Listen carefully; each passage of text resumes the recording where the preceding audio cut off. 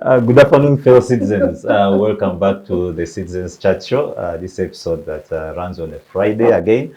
And my name is Demiano Masesa. I need to apologize. I've been away for about 2 episodes, and I thank my very able people, friends and colleagues that have stood in for me, Sarah and Agatha that came in for me. I thank them and for being and keeping the fire burning. And today, like any other day, we have quite a lot of heated discussions in our spaces where we are, and we would want to discuss constitutionalism and the economy.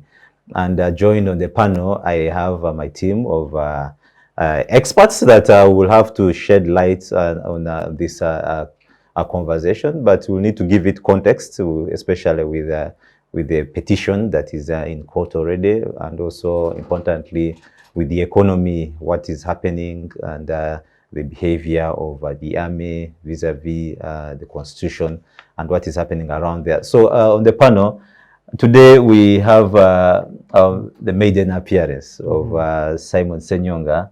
It's not your first time, of course, on Civic Space TV, but it's your first time on the first chat show. Actually, it's my first time on the Civic Space TV. On the Civic Space TV. Yes. It's your first time? Yes. No, you've been on for, I think, the Youth Roundtable conversation. No, I haven't. You? Oh, okay. It's your maiden appearance. Welcome, Simon Ssenyonga. Simon is, of course, a lawyer and an activist, very much passionate in issues of governance and politics. Simon, you're welcome. Thank you, Damian. Thank you for hosting me. Thank you, and you're welcome. Then, of course, our regular panelists, Dr. Sarah Bireete, who, congratulations upon your again elevation. We welcome, and of course that is for us as Civic Space TV. It's a plus for us. We thank you for sending our flag high. We welcome again. Thank you. Good afternoon, viewers. Yeah, thank you. And joined again our senior and the East African, Mwambutsya Ndebesa, is a senior citizen, East African, but so much in the issues of political science.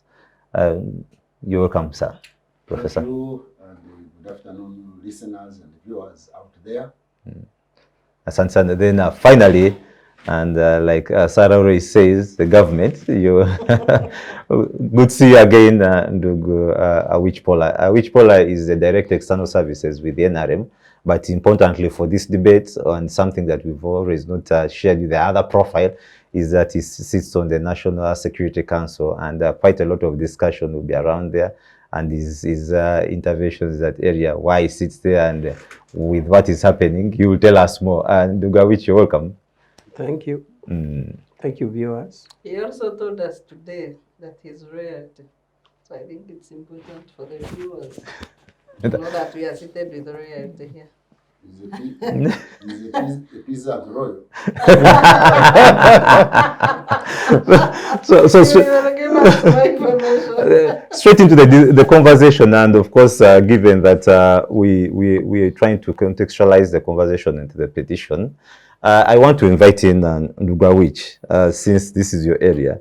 Of course, lawyers out there and very many people in the past have been, they have raised issues from the start of why the army is in parliament, and of course the problem started from the failure in the issues of that transition process and the formulation of the constitution that provided for the army to be in parliament. Yeah.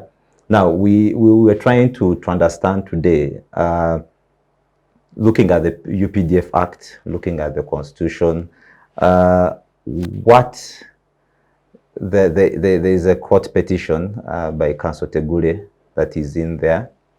We want to understand what it is and what does that mean for constitutionalism. First of all, the behavior of a UPDF army officer who is openly in the media trying to present himself as possibly is so much into the politics of the day, presenting himself as literally the next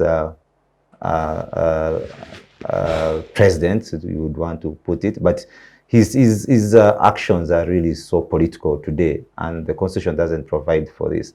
So what does it mean for constitutionalism today in this line?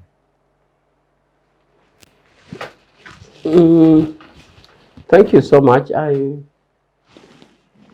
don't know. I'm tickled by so many things. First of all, as you said, this is a matter before court. I don't know whether we are not in breach of the principle of sub judice. If it is already in court, why wouldn't we leave it there? But if I may speak overarchingly, with careful about sub judice and all these matters, that the fact that somebody can have a court matter on court record itself proves the constitutionality or constitutionalism. Because if it is a matter which involves the army, because I think the respondents, I haven't read it well, but I think the respondents is basically the State Attorney General, the CDF, and the army officers that are involved. So the mere fact that it can be admissible in court and on court record, and if it is true, as I hear, someone made, then it is in itself constitutionalism. Otherwise, somebody would have refused to record it in court record and kicked it away. So constitutionalism means the ability or the chance for constitutional provisions to operate. Now, if the Constitution provides that he who is aggrieved on a constitutional matter goes to constitutional court, which is basically a forum for interpreting Constitution, whether or not actions or omissions are infringing. So to me, there's a constitutionalism in it. And it is a test of constitutionalism. And for me, the mere admission on court record is a test that we are in a regime of constitutionalism. It is working. Now, about the merits and demerits of the case, I would hesitate to go into it now because, one, we are guided by the principle of sub judice. Two, the other party will have to respond what they are saying. Because so far now, it looks like it is the claim from one party.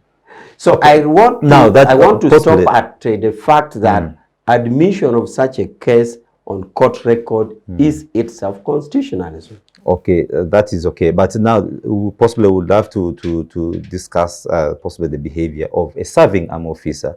Article 208 2 of the Constitution says there should be no, actually the UPDF should be not partisan, but also the UPDF Act itself, Section 99, says that for any serving army officer to want to participate into politics, they should resign. What we are seeing today, and we've seen this on record, that we've seen people like the Tumukundes, we've seen people like Sejusa, who were, the treatment that they received in just some utterances they made is not what we are seeing today. Of course, now, I get what you're saying is that whether or not the actions of the office in issue amounted to a breach. And that's what I was saying. Is it good to go into merits now? Because it would mean the claimant has made this claim. He has averred. Then the other party will have to respond to say, my actions did not. So that's what I'm saying. It would amount to us discussing the merits of the matter. Because it is him to respond to say, first of all, whether or not I did a political act, or whether or not an action or utterances amounted to that. Or even if he ever said it at all, because he may say, I didn't say what you are saying. So that's what I'm saying. Going in is more or less like going to the merits of the case. No, maybe information, yes. Damien. I think really debating the conduct of police, of UPDF, and any particular conduct does not amount to sub judice. So can we debate the conduct of UPDF and what has happened to people previously and the law without going into the merits and merits? That one is automatic, Sarah, that the law, I'm not in disagreement with the law that there are do's and do nots for army officers. That one is okay. Do's and do nots, which are dictated by the law, I'm not disputing that. What I'm disputing is if you go into whether this act did this. No. But for as far as the conduct of the officers are it's clear you need to remove a uniform. I have removed it myself, and that's why I'm here freely talking, or I talk anywhere. I'm a retired major, I'm a retired senior army officer. So the do's and do nots is not in dispute. Okay, let me bring in Sarah. Sarah, what does these actions that the conduct mean for equality before the law and possibly the rule of law? No, I think first I want to talk about constitutionalism. Yes. You know, constitutionalism presupposes 3 elements. One is the understanding of the constitution by the people and ability to defend that constitution, or what we would call active citizenry. The second assumption is that they are organized entities and principled and well-informed leaders with capability to conduct themselves in accordance with the law. And the third assumption is that you have then independent institutions like court and parliament and other entities of governance that can check the excesses of any of the actors in accordance with the constitution. So when you go into the elements of, do we have active citizenry that are able to promote constitutionalism, defend the constitution, and defend their fundamental rights and freedoms? I think that is the major problem of this country, that we do not have a critical mass of active citizenry that can say we cannot take this nonsense. And that's why we are degenerating as a country. That's why there is declining democracy and increasing repression in this country. The second element is a presumption that you have civilized leaders that are able to conduct themselves and respect the constitution and the rule of law. The people in charge of this country cannot qualify for that definition.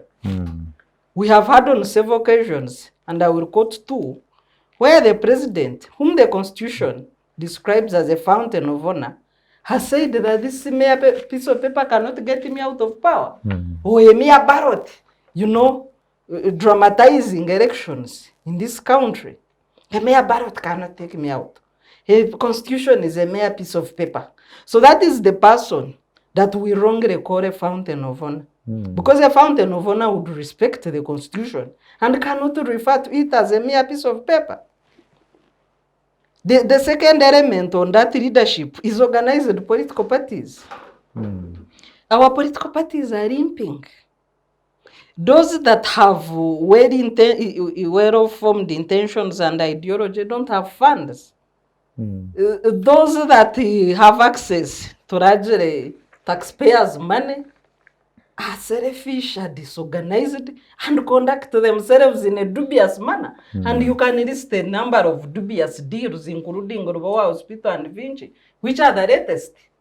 Then when it comes now to institutions, the 2 key institutions here, Parliament and the judiciary, the other arms of government that would check now the thuggery of the executive.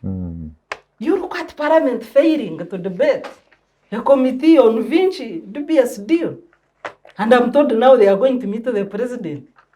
About what? Where is the independence of Parliament? The speaker herself who was saying, reporters to us on Thursday, we must stop this thing.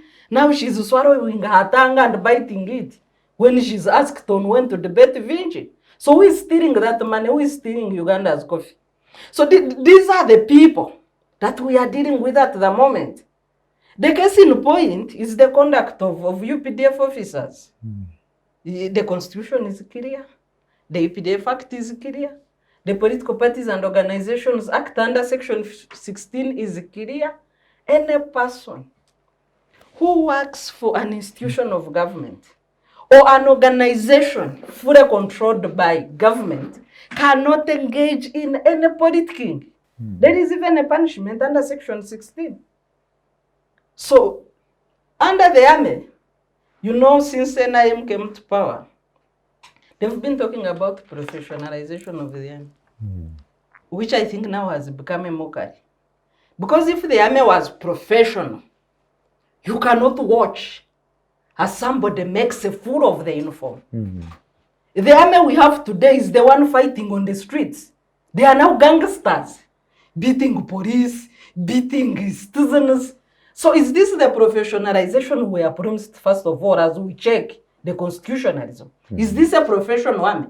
The one that beat a police officer yesterday, is that professionalism? Chargonza slapping a female police officer. Is this what we were promised as a nation? Professionalization of the army? The other soldier, a police officer was shot. He now has one leg. But is this the professionalization that was supposed to be delivered? Where a lot of funding has gone into? Now they are gangsters on the street. So when we check the status of constitutionalism, the CDF, the Army High Command, and other institutions of the army should have capacity to say that you cannot do this. The disciplinary institutions, including the council you sit on. So we shouldn't sit here and say that since somebody has gone to court, then that is constitutionalism. So where are the internal checks in the army? And what have you been doing to come to tell citizens that constitutionalism is filing a court petition? I don't think so. Yeah, true. Yes. So I think now you can see the collapse. The collapse of the UPDF, the collapse of parliament. The army is represented in parliament. Against all protests by different sectors of the population. And I think that's where our first mistake lies. Because how can an institution of government be a special interest group? How? All government entities are represented through the executive, where some of the members of the executive are either MPs or are ex-officio MPs. So how can you say that this institution of executive is an interest group, is a vulnerable group that should have affirmative action? How? Would you like to define interest group? Yes. They don't fit. Tell us, what makes the army an interest group in a multi-party dispensation? Even if it wasn't multi-party. But multi-party is where the more vulgarization is. Because they have no side to sit on. You have a yes and no side. Where should the army sit? Now, by virtue of being in a wrong place, they are forced to be partisan and sit on a partisan side. Why should an army be in a multi-party parliament? Why? And what are their special interests that they advance in parliament? Well, Sarah, that's not a new debate. This debate came up in a CA and it was extensively debated. You can pick the answer and we would believe that the wisdom of the constitutional makers addressed their mind to that. But I think part of it, as you look at in the preamble or national objectives, is that it emanated from the history of this country. That the history of this country has been with ups and downs of political upheavals, and the army has been central in it. So the idea was to domesticate the army and make them in the know so that it moves in tandem with the democratic decisions being taken. I don't do. You could go back. You can go back and read the answer. I know the debate in the CA. But if you, my question is, under multi-party dispensation, where the chamber is clearly demarcated according to partisan sides, what is the role of the army?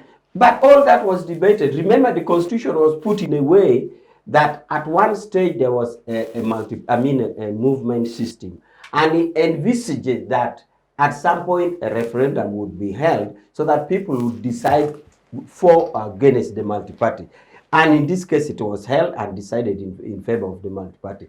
Still, at the initial stage, the wisdom that was in the CA had envisaged that, and they did it. And that's why I'm saying, I did not say everything about it, that they had even envisaged that in the event of multi-partyism, it is still viable or Where visible should to they have it. sit? So the answer is sit on the there. opposition. So if we now do a selective choice of application of constitutional provisions, that this is good, this is not good, that is up to us. But at the same time, the constitution is not hard and frozen.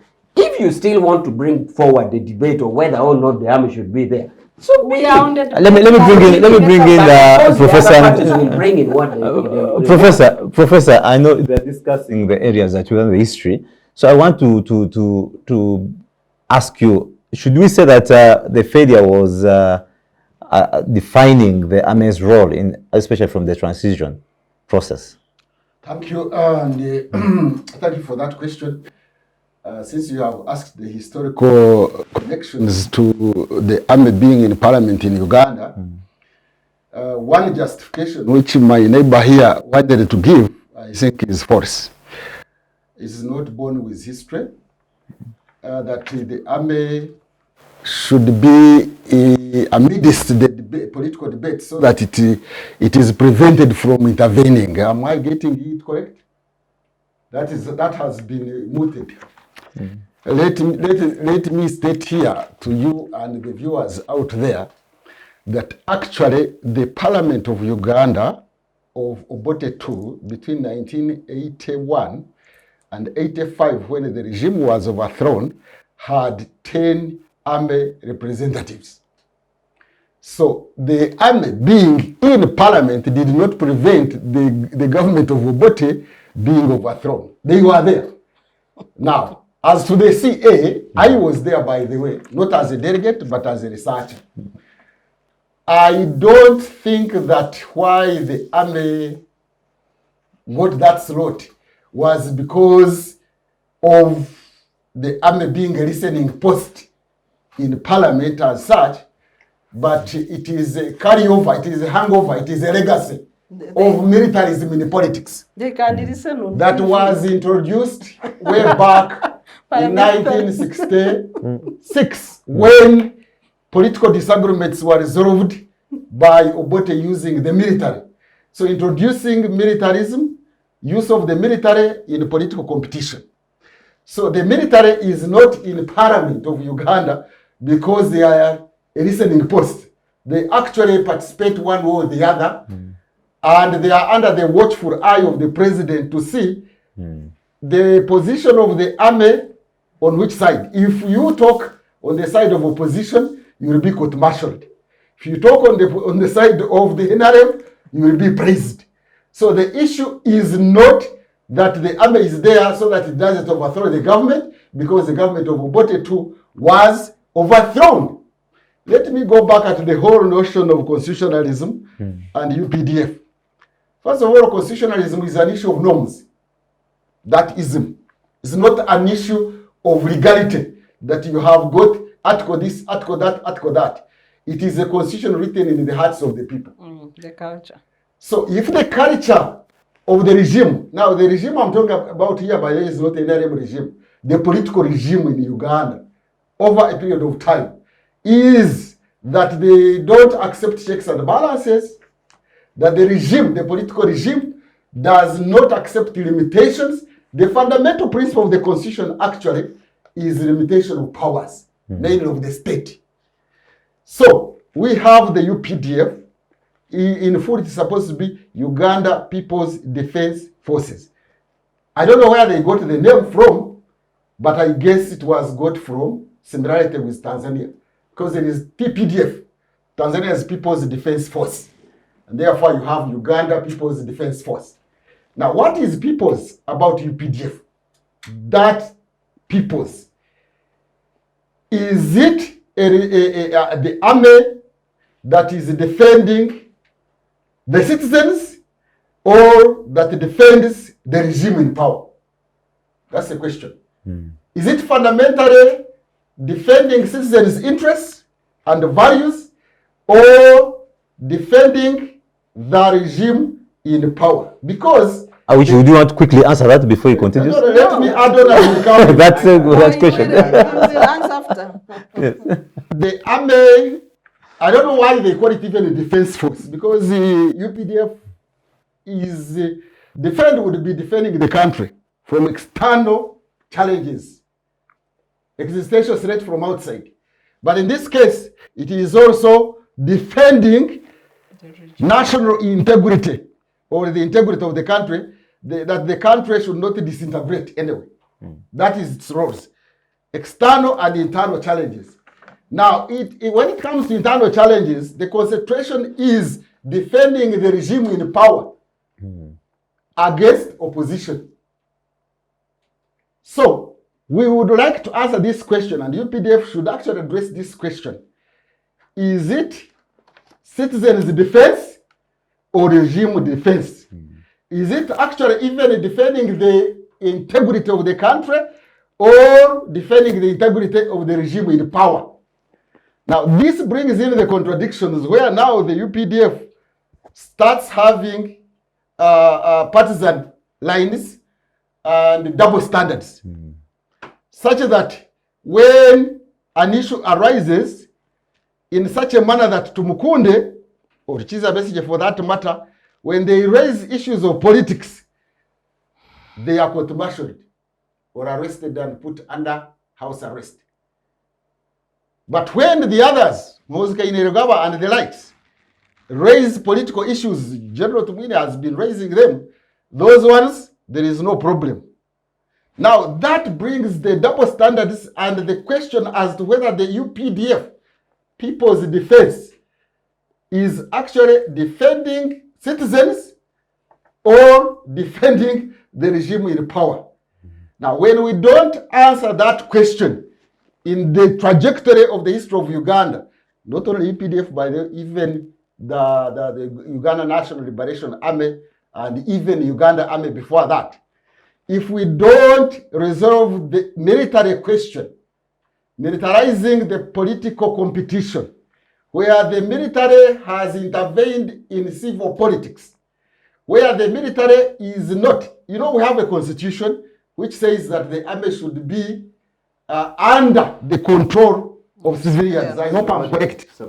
Subordinate to civilian control. For heaven's sake, is UPDF under civilian control? If for some reason something happened, God forbid, and there was no president today, it is the army that will decide the next president. It is subject to debate. But I know that UPDF, the high command, and the likes are the ones who are in control. It is not lost on President Museveni. He has said it quite time and again. When there was a debate about parliamentarians wanted the office of the president to leave parliament. There is the office of the president in the parliamentary buildings, yeah? And so the members of parliament wanted it out so that they could use those offices and the president's office could be located some other place. President Museveni told them, point blank, as Nandutu would say, did you know that we captured you? That the first capture, we captured you. Is parliament outside the captivity now? It is still under captivity of the military. And so as long as the civilian control or subordinate of the army is not under civilian control, because this is still a military regime with one or the other. Even when you look at the appointments, the cabinet, the bigger posts are held by the military people. You may say they are now putting on the cloaks of civilians, but look here, the president is a general, his vice president is a major, minister of internal affairs is a general, his deputy is a general, his permanent secretary is a general, the works is a general, security is a general, agriculture is a permanent secretary is a general, who else, foreign affairs is a general, clerk at parliament has been a civilian but within the army. Now what is civilian subordination? These are people who have got a military mentality and they are not subordinate to civilian control. We are not having civil politics in Uganda. We still have military politics. So as long as the militarization doesn't mean the military as uniform or somebody who trained. Sarah Bireete here was talking about professionalizing the military. People have misunderstood professionalizing. Professionalizing is not training. Far from that. Professionalization means imparting the norms of the profession, not training. It is not the technical knowledge that you have that makes you professional. It is the norms that you hold that makes you professional. Kale Kayihura was violating human rights. He has got masters in law, human rights. That you know human rights and you have got a master's or PhD does not make you professional, does not make you a protector of human rights. It is the norms, the values that you imbue. It is, you have to transfer from the head to the heart, as they say. You see, if you are a priest and you know that when you do fornication or whatever, you'll go to hell. If you know it, you have the knowledge. But if you don't transfer to the heart, you find priests molesting boys and young, whatever. You know, in the Catholic Church, what is happening? So it's a question of transferring from the head to the heart. So it doesn't matter how much professionally trained you are. If you don't shift the norms, in other words, the normative framework, the behavior change. If the behavior has not changed, that there is need for civilian control of the military, that there is need for checks and balances, that there is a limitation of power, because our president normally says it. Even recently when he was being challenged by actually members of NRM caucus itself, he was saying, for us, we came to cause socio-economic transformation. Anybody who interferes with our way, we shall crush you. Now that crushing is the military language. And it's not only a military language, it is also in the heart. Unless we have a change of behavior, we remain with the crushing ideas and the behavior. You can talk about constitutionalism, Bireete can go and talk and proselytize constitutionalism. Constitutionalism is about the norms, not about the document that was written, in which I contributed. And there is recently, when I got embarrassed, when we were there, we emphasized, because we were giving backing, we emphasized that the RDC should be a senior civil servant, and it was put there. Me, I thought it was still there. And I was arguing along those lines. When I got the new constitution, I found the thing had been removed.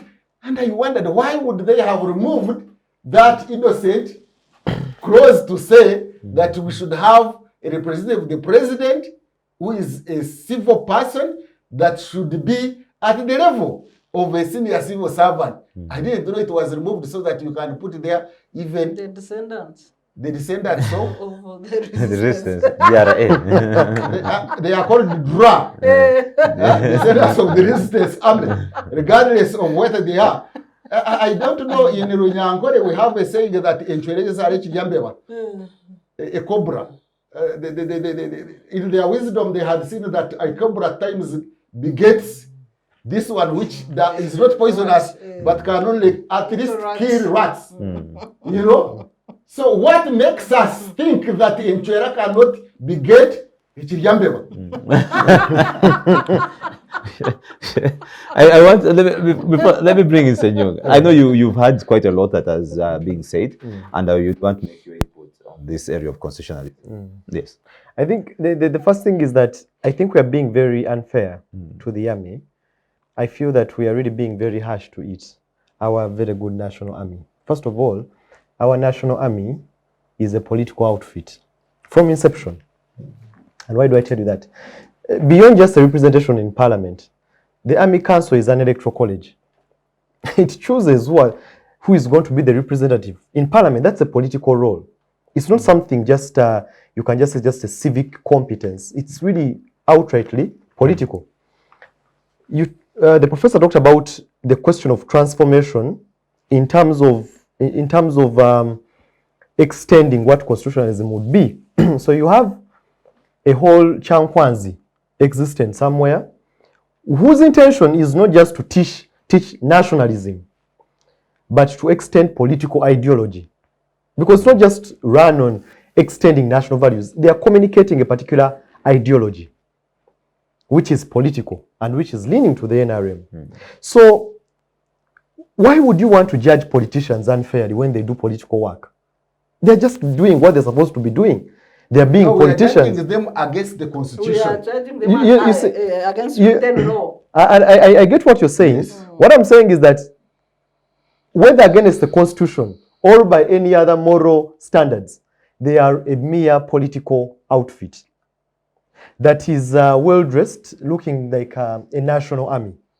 So once you have an electoral college, once you have a center of extending political ideology, then it ceases to be a national army.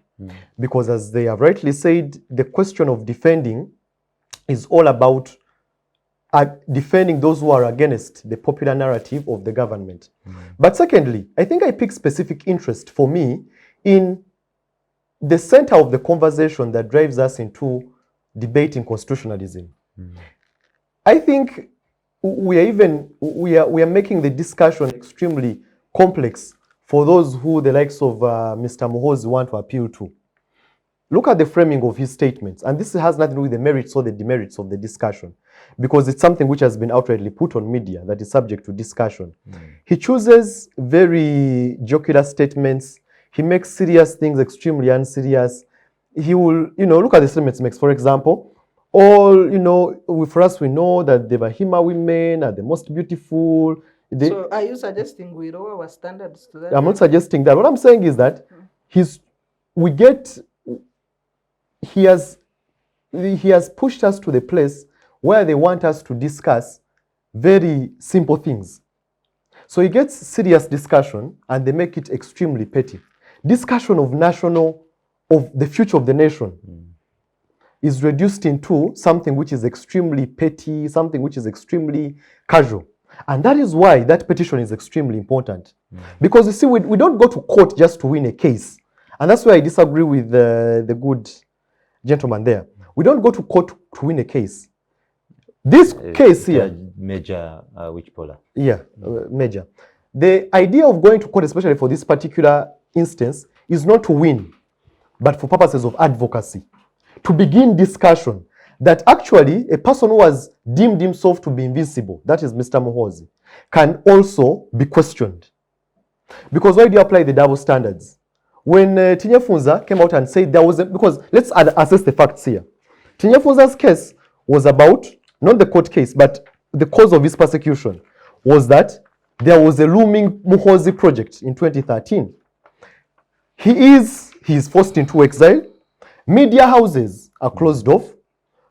Tumukunde comes out 2005, I think, also gives, while on Radio 1 and CBS, shares his sentiments concerning the political situation in Uganda. He is curtailed. What does Muhoozi come out to say when he was on his birthday at Lugogo? He said, this government has not invested in empowering the young people and modernizing the sports facilities. That is an outrightly political statement.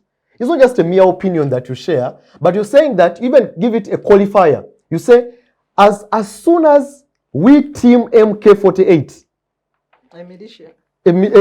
While in Kololo he defined it, and I want to quote him verbatim because I listened to his speech. While at Kololo during his marathon, he said, it is time for the citizens and the government, I quote, to realize that there is a force of young people which is rising up, and that force will defend its interests, whether they be political, economic, and social. That is a political statement. And he flagged off the group using the national flag.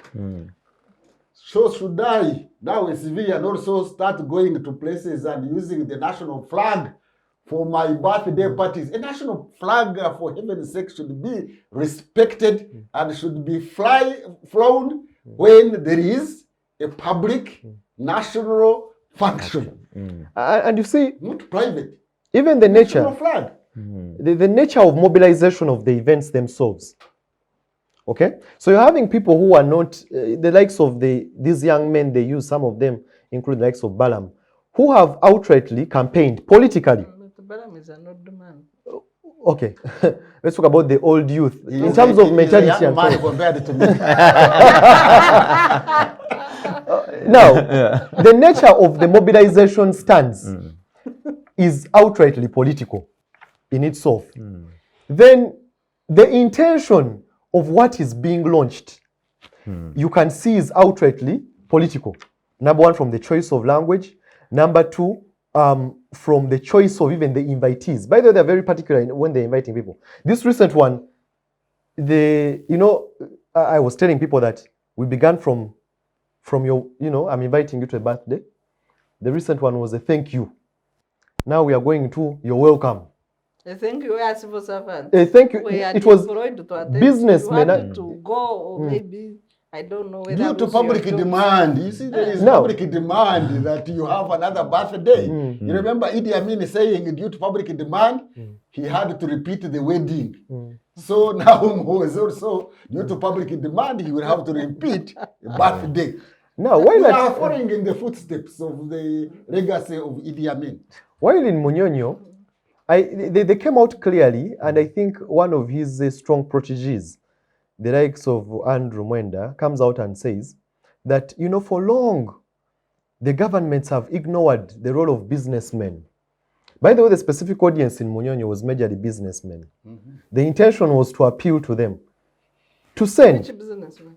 what they call the popular businessmen, or those who are running business enterprises. The regime businessman. As to whether they are regime businessmen, I'm not so sure about that. But the idea was to communicate something. So when you're choosing, as a person who has participated actively in politics, you're very careful on the choice of constituents when you want to speak to them.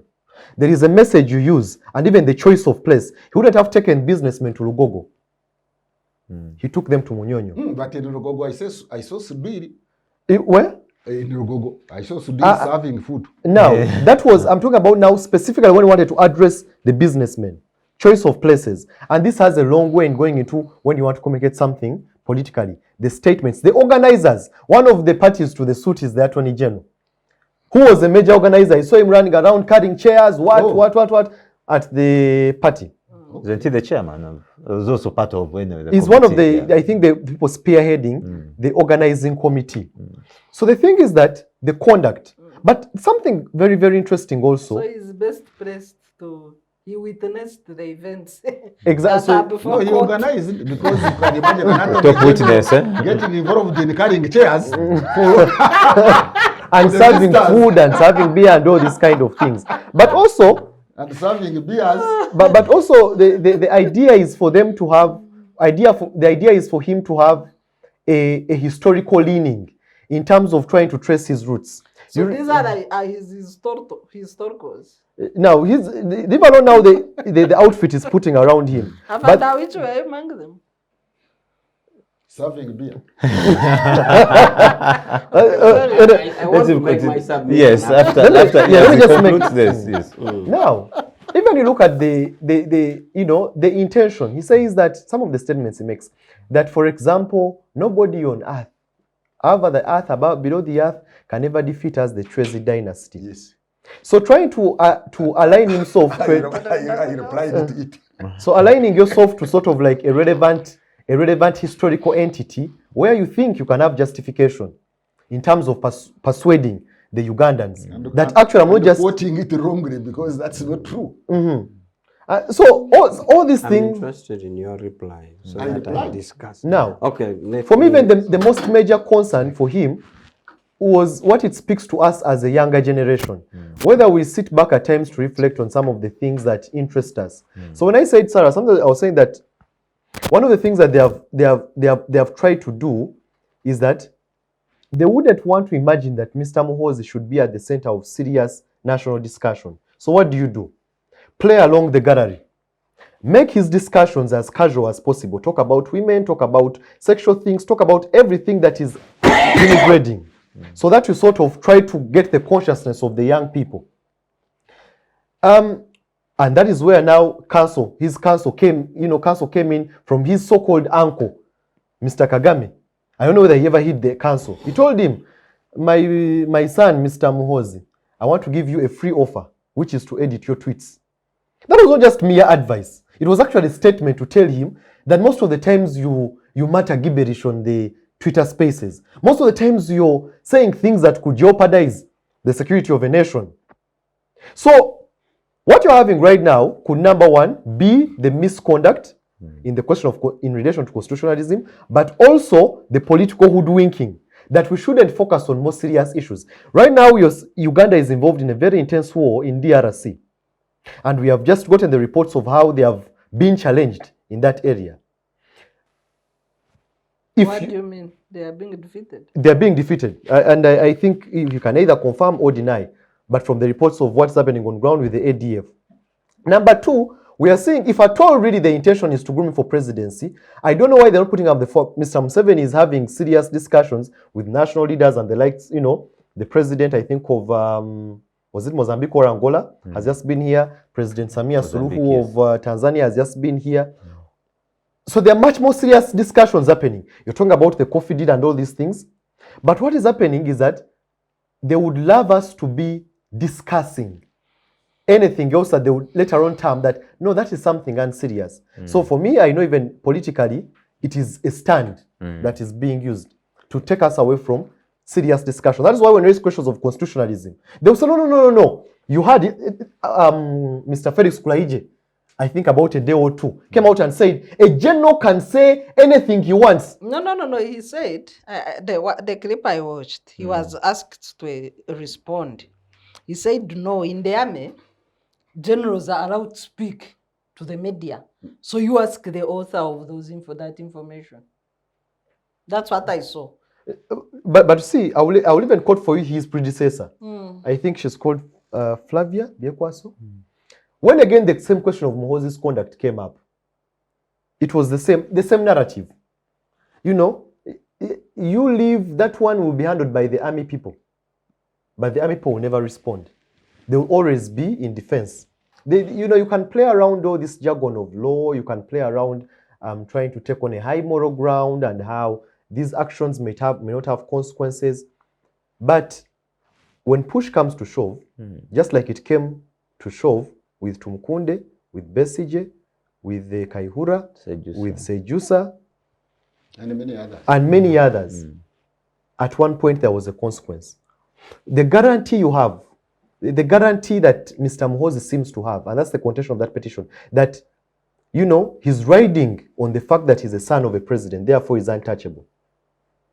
And that's what we are trying to question. That's the conversation we need to have. And because this speaks to the greater succession discussion, beyond just constitutionalism. So the son of a sitting president cannot be touched. He can do whatever he wants. He can misuse public resources, misuse public office, misuse public trust, because that's what when you read Article 208, the one you quoted, Clause 2, what makes the national army? The patriotism, the discipline, the having a national outlook. What is he saying right now? We're supposed to have a national army. He's aligning the national army to some Chwezi dynasty as the source of power and authenticity.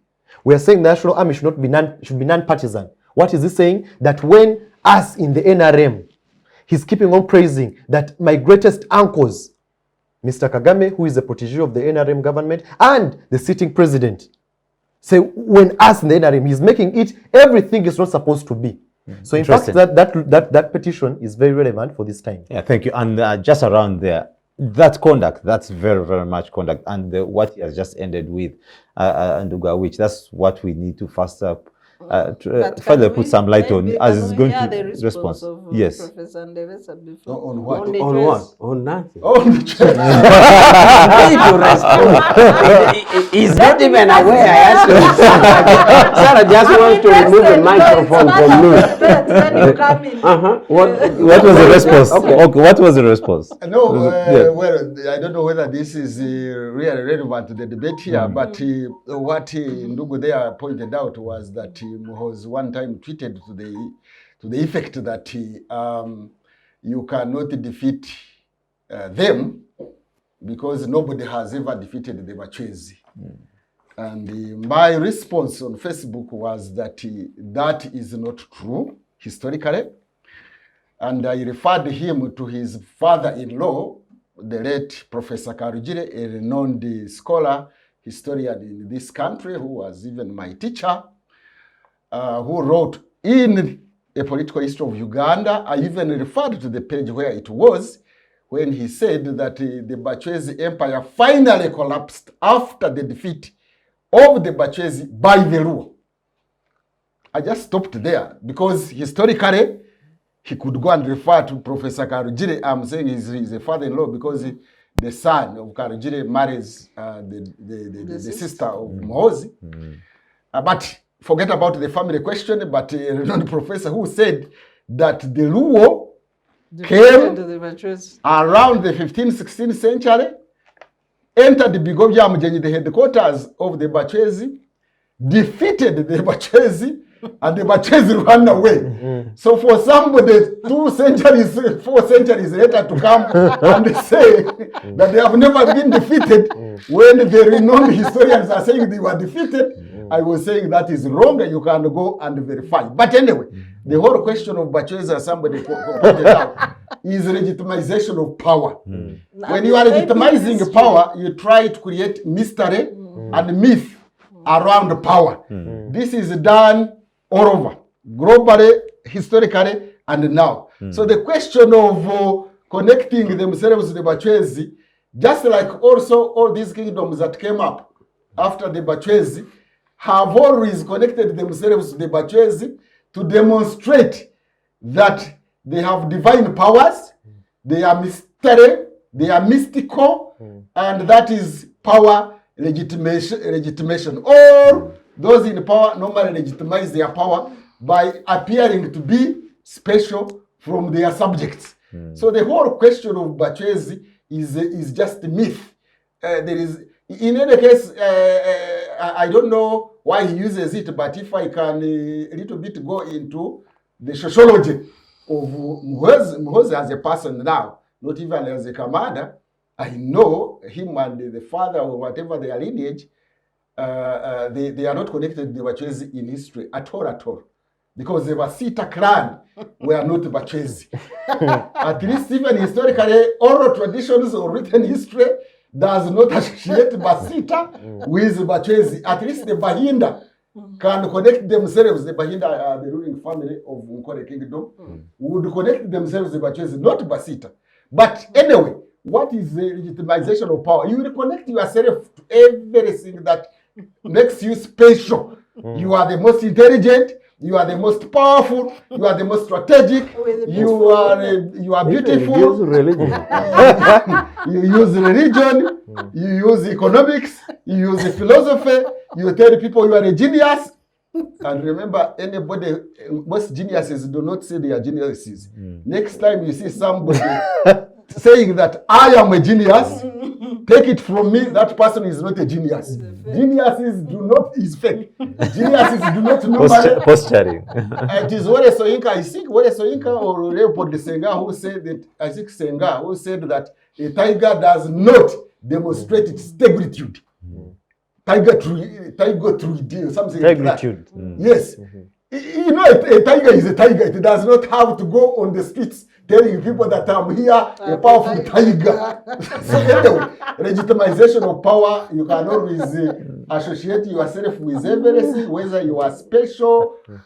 He knows better, he's in the issues of power, whether you are in Ruero and you are conferred upon, I don't know what special powers.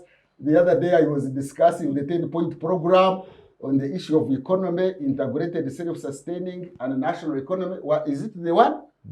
And I was shocking people, my audience, that look here, they say this statement came from where? I told them I could quote you a page where the statement is. It is in Pervasive Industrialization of Tanzania, written by Professor Mamu, Special Presidential Advisor of Nyerere, published by Tanzania Publishing House in 1975. Integrated, self-sustaining, and national economy. That's where the statement is. But people were saying it was initiated in Ruero. When it was written by Mamu Justinian, Special Presidential Advisor of Nyerere, published by Tanzania Publishing House, Pervasive Industrialization in Tanzania. If you want, I can go and quote you the page. Interesting fact checking there. So and Ndugu Awich, just around there, we're discussing the conduct, and we want to understand what it means for equality before the law and rule of law. because we've seen, of course, there is history to it. There is a reprimand that we've seen for other serving military officers. And to this end, we are not seeing anything happening. Okay, You but ask me let a me question. also comment about a few other things behind. Just in passing, he alluded to the choice of title of the army in the CA debate. I think if you look at the answer, is that for the army, I was then active, is that we preferred NRA. But the wider wisdom of the members of the CA was that we make it UPDF. NRM or NRA? NRA, National NRA. Resistance Army. Some of us Actually, still it is believe still that NRA. some of us even believe today. that the philosophy and the concept of resistance was there because we still feel there are many other things that needs to be resisted. But the wider view in the Constituent Assembly resolved to have UPDF, which is of course the historian knows it. The society develops. Part of the development of society is that you build on good aspects. That is why there's negation of negation. The positive is picked up, including the statement that was picked from Tanzania. That is what history is all about. Negation of negation. The bad is negated, the positive ones is picked up. Doesn't matter where you pick from. So we also, the CA, But you need to the CA picked Uganda People's Defense Force. The people aspect of it is that it's a force for the people and it's a force to defend the people. Now, you could draw your attention to a provision in the Constitution which under the army, which says that the army can be called in to supplement or to support the civil organization. And I think it is this, it is this 212. that actually has brought the army into a lot of internal interactions. Is it in the army also? Does Is it in the that army or the police? include beating It is, police on the streets? I think, under the Constitution as well. And Article So, 212. so it is this. Is that the cause? Yeah, of it is beating this the that police? brings the army constitutionally into internal civil actions that has really brought misinterpretations. Because, for example, in a situation of security where there's need for crowd control, sometimes the army is called in under that provision. But also, say, instead of in the situation of terrorism, planting bombs, where the police is incapacitated, then the army is called in. So you find that the traditional sense of defending the territory is not really in that sense because the actions are also internal. And of course, like the professor says, integrity of the country. yeah, of course, as the integrity, as he puts it, is that I've often told people time and again that since we got independent in 62, one of the achievements as a country is to keep it as one. Remember, under the Constitution, we have 68, what is called indigenous communities. Many countries have divided them, have broken into pieces. Somali, Sudan, everywhere, they are broken into pieces. So we have held ourselves, the 68 indigenous communities, which is a great achievement. Part of it is that role of the army also. Okay? If the army was to sit and watch, of course, for example, if Kony wanted to break northern Uganda, he would have broken it. So many countries have broken off since, and you can count them.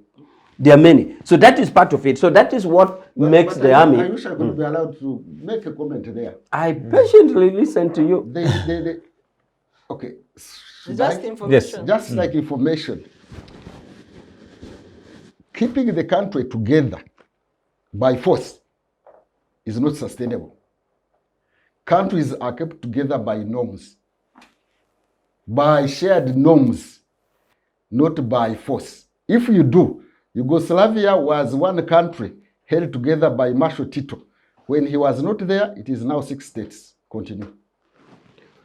I'm aware about that. I know Yugoslavia was under the strong leadership of Tito. By I may force, actually held want them together. to share with you further that they disintegrated to the extent that at one World Cup, Serbia and Montenegro still played as one country. When they qualified to quarterfinal, they even broke into two. And we are wondering now, if you win this cup, where will you take it? That was the continuous breaking of Yugoslavia, which was under Tito. And even then, I'm saying that we have held ourselves as a country. Now, as to whether you freely allow anybody who chooses to break will break because it is a norm, that is what the professor said. I don't believe in that. Because there are many other people who you have seen the use of we or the people. So would you allow Konya and 2 others to break because the breaking is out of norms? Then what is the work of the state then? So I don't agree with that. How about other so notions now, like my own rule, my army? I agree with the professor that the constitutionalism is a norm. And that is why I was saying the norm and the practice, this goes to its applicability, conscious or otherwise, that even the mere admission on the court record, it's a norm, it's a practice. Because I think I recall there was a matter of this other serial litigant who is in jail. Who? Mabirizi. Tried to file a matter in the High Court and it was rejected. Although it was High Court Civil Division. He filed and it was dismissed. I don't think there was one which was rejected, I remember. Now, really? I don't think there is anywhere where a court has refused people from filing. I'm thinking I know of one. So, because Mabirizi went around welding that the judge had told the registrar not to admit his case. And he was saying, why? Admit my case and dismiss it. And that was his point. That why would you make me not file? So I agree that constitutionalism is a norm, is a practice, and therefore I'm saying, or we in the party believe, that if you feel aggrieved, like in the instant case of Tegule, he files his case, that is itself constitutionalism. Rather than having constitutionalism in the spirit, okay, and in the books of law. Do you want to respond to that? Wait, now, I want to ask a question related to that. peacefully. Yes. What would have happened if Tegure had not filed the case? Did other entities have a duty to call the so-called army officer to order? Like to Mukunde. What if there was no called to case? order. What if there was not a good petition? What would happen? And what does that mean for constitutionalism? I do not see the relationship with the constitution, because now you are asking the sense of judgment of the commanders in the army. I do not think if a sense of judgment of the commanders to arrest a soldier for whatever he has done is a constitutional interpretation. Internal checks. Huh? Internal checks to call army order. I do not believe that the decision of army commanders to arrest a soldier for whatever offense is a constitutional matter. So what I'm saying here is, you have the constitution as a text. You have the norms, like the professor says it as a norms. And you don't have the applicability of somebody filing a case. I do not think that would be complete constitutionalism. So have it in spirit as it says, have it in a textbook as it is in the constitution itself, quote the provisions, but also have it in practice that some aggrieved party can do it. So the fact that it does it, to me, brings the wholesomeness of constitutionalism. Okay? Now, as for the subordinateness of the army to the civilian, it's totally a subordinate. That is why there's constant accountability to parliament, and that is why the army cannot have any secret ballot. I mean any other budget other than that appropriated by parliament. That is why the army has even its own court martial, by the way, which starts from a unit to a brigade to the general court martial where General Tumine was, to an appeal court martial where the civilian is the head. People don't know that the court martial is actually headed by a civilian. Then it flows to court of appeal. It joins the normal criminal justice system. So I like to say that true, the constitution provides that the army is subordinate, and it is. Now, do not judge it into individual actions of persons. For example, a military police having alternation with a civilian or with a police, and therefore interpret it as lack of it is subordination to the civilian. He quotes about the appointments. Appointments I do not think the appointment would erode the subordinate in nature of the army. Because one, appointment is at the discretion of the appointing authority. Two, even those officers appointed in those civilian offices operate within the laws governing those institutions. For example, if a Minister of Internal Affairs, General Tafire, there are cardinal documents in the ministry, which are like the Bible. Any Minister for Internal Affairs would use Police Act, Prisons Act, all these things. And the minister will definitely do the civil work with the permanent secretary, will do the civil work, including appropriation in parliament. So I do not see any insubordination. On the contrary, I like to say that the army is properly subordinate and judge it from institutional framework and judge it from the applicability. So Let's have just a short break, then return from that question. I think that will give us where to start from the next half. To our viewers out there, thank you for being part of the conversation. Let's have this short break and return. But the conversation is, of course, live and running on our socials, Twitter Space, Civic Space TV, but also on the hashtag chat show UG. Be part of the conversation on YouTube. We are live, Facebook, Instagram. Yeah, the conversation is going. It's heated in here. Let's have a short break and return.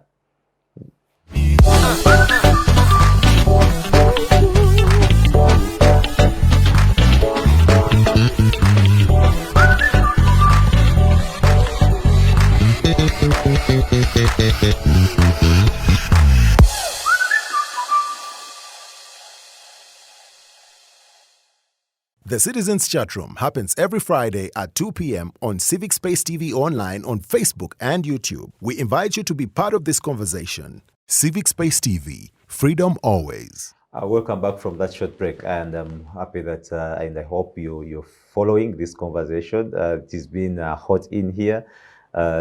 Even after we are off the cameras, the discussions down here have been interesting.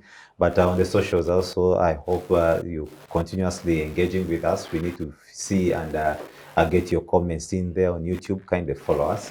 And yeah, let's have this conversation going. We just had constitutionalism. We're still having conversations around the constitution. But also then we shall phase into the economy. And right on my panel today, I've been joined, of course, with Simon, Sarah, Professor Ndebesa, and Major Awich Pollar. Simon, you had something you needed to ask. No, actually, it was not a question. Yes. I was just commenting on something that Major Pollar mentioned, especially number one, in the convenient stand that they take when it comes to questions of constitutionalism like this one, where they say, now that it's Muhoozi in question, consider the acts of the army at an institutional level, not based on individual conduct. The same standard was never used on other individuals. So I don't know why it's a convenient path that they take, that, consider us on the institutional perspective. And you see, that is not something you can run away from innocently, because your very people within the institution have enforced the same perspective.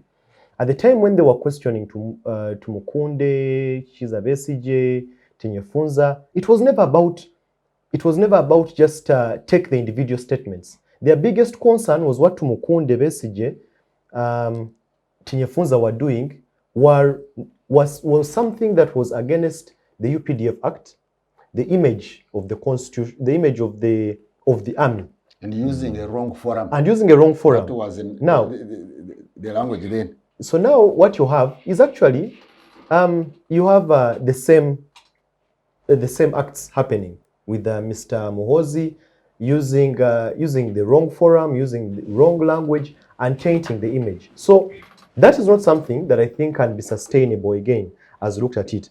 Number two was in relation to the question of subordination.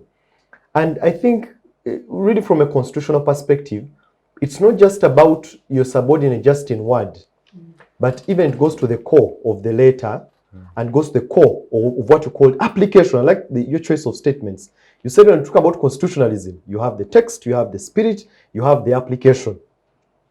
Now what you have when talking about subordination, let us leap beyond the text Let us live beyond the spirit. Let us dive straight into the application. That subordination is not just saying that you have this one over this one. Even the civilian force you're talking about, which ideally has to be the police, has been literally militarized. It has been indoctrinated with political ideology. It has also been given a military outfit. Simple experience as one who was running political elections. Politics in Uganda and elections in Uganda are not really managed by the police. They are managed by the army. So you talk about the fringing and the cringing of civic spaces. Who is occupying them? This so-called subordinate force, which is the army, which ideally is not subordinate. So what you have, subordination is not just saying that you have the civilians over. It's not just enough to say that the court-martial appeal tribunal is headed by a civilian. As I like the example that you drew, the clerk of parliament, civilian but working from a military background. So let's have said that this is a civilian person. During Kale Kayihura's time, police, and even I think it has continued, actually not from Kale Kayihura only, from Katumba Amala, the militarization of the police and giving them a very clear outlook. So for me, my submission is in those two perspectives, that we shouldn't just choose what is the convenient path for us, but also secondly, the context and the practice of the statements of the Constitution has to be given life and meaning beyond just referring to them and quickly correcting those who refer to them that, no, actually we are subordinate. Because in practice, we all know. And at times, I wanted to just make a quick one. Ndugu Polo here, who is a major, you can conveniently defend Mohozi. I'm imagining if it was your son who was doing the same thing, you would never survive. During the Kasese massacre, if it was about talking, two people spoke. Katumba Amala and Elwelu. Katumba was dropped. Elwelu was promoted. Katumba said, I couldn't be in an army where I see such massacre happening. He was dropped. Elwelu, who praised the massacre, was promoted. Now, it's a question of where you align yourself. Certainly, you know it as a person now who is an active political player, that if this was your son, they would never see yourself. You wouldn't be sitting in that place, in that office that you occupy. So I think when you're making when we are shaping national conversation, we shouldn't just look for what is convenient to appeal to the powers that be. You search your soul, whether actually what you're saying is something you believe and you will stand to defend up to the very end. Now, that's for me as a young person, what I have to learn when I hear my elders speaking like that, is this something that they will defend until the core? Is this something that they will stand with until the core? Or they will be like Andrew Mwenda, who says, in the midst of changing facts, you change positions. Even when facts are apparent and continuous. Thank you very much, Simon. I don't know whether Mwenda also talks about that in the midst of changes, you change the principles as well. He never talks about that.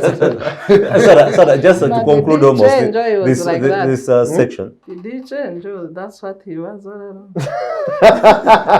So to conclude as we're getting to the other part of the conversation, I would want to just ask this question. What is expected from this petition, and will it go anywhere? Seeing, for example, that at least many of the officers of court were part of these celebrations. Well, as a constitutional watchdog, we have a number of petitions pending at the Constitutional Court. 5 years, 3 years, 1 year. I think we have 3 constitutional petitions at the Constitutional Court. 1 challenging the NGO Act. We have filed submissions. 1 challenging the Stage Plays and the Public Entertainment Act. We just filed 2 years ago. In the Supreme Court, we have the petition on the Public Order Management Act that has been dragging since 2013.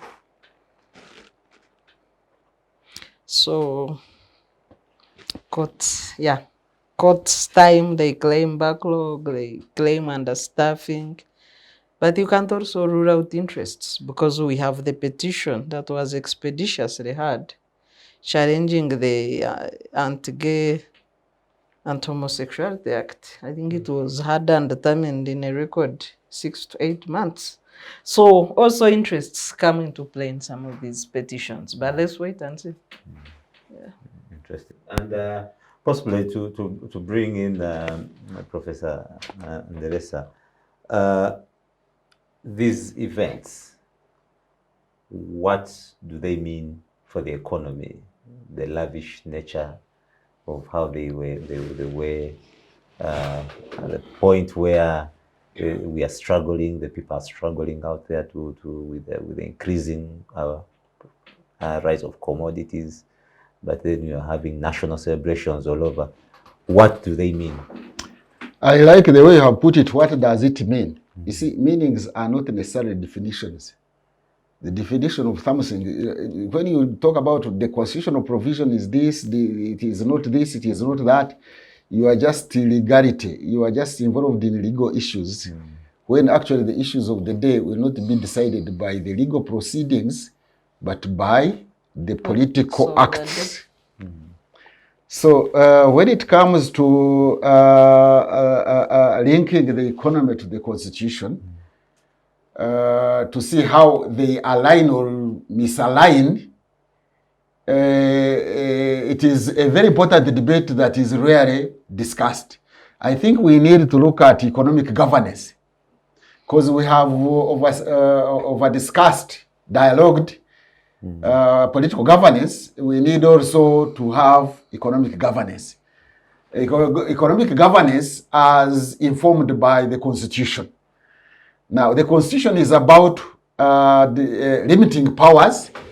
It is also about institutions of government and how they are controlled. It is also about civil government-state relations and things like that. So, now, looking at constitutionalism from the point of view of the economy, is that the economic policies, economic actions should also be controlled or limited or guided by the Constitution. Because we need predictability, and we need to have a semblance of economic order. And that order cannot be there unless you have got a constitutional document that guides you, but much more important, that you follow those guidelines and change them when necessary. So what has been happening in relation to what is going on since we even wrote this constitution? It is never followed, and that is where we go wrong. We've been talking about, my colleague here was talking about that, for example, the military, or those people who are in military but in the government, they follow what is going on in parliament and their budgets are appropriated. No. How many times have we had supplementary budgets which are already spent? They spend and they come to constitutionalize it in parliament. I mean, to legitimize it, sorry. Or one time the president got some windfall from oil and he went and bought jets. They were not appropriated from parliament. And we are now hearing a number of these tenders, contracts, agreements that are signed, and they come to be discussed in parliament as a by the way or by default, just on the way. Because we have to follow certain procedures. Even the economic governance needs also order, but not arbitrary. So we have had very many arbitrary decisions made by the executive, and they end up making the economy or the government or the state or the taxpayers losing a lot of funds. Let's pick some examples like tax exemption. Yeah, it might be allowed somewhere, but there needs to be a criteria who is exempted and who is not exempted.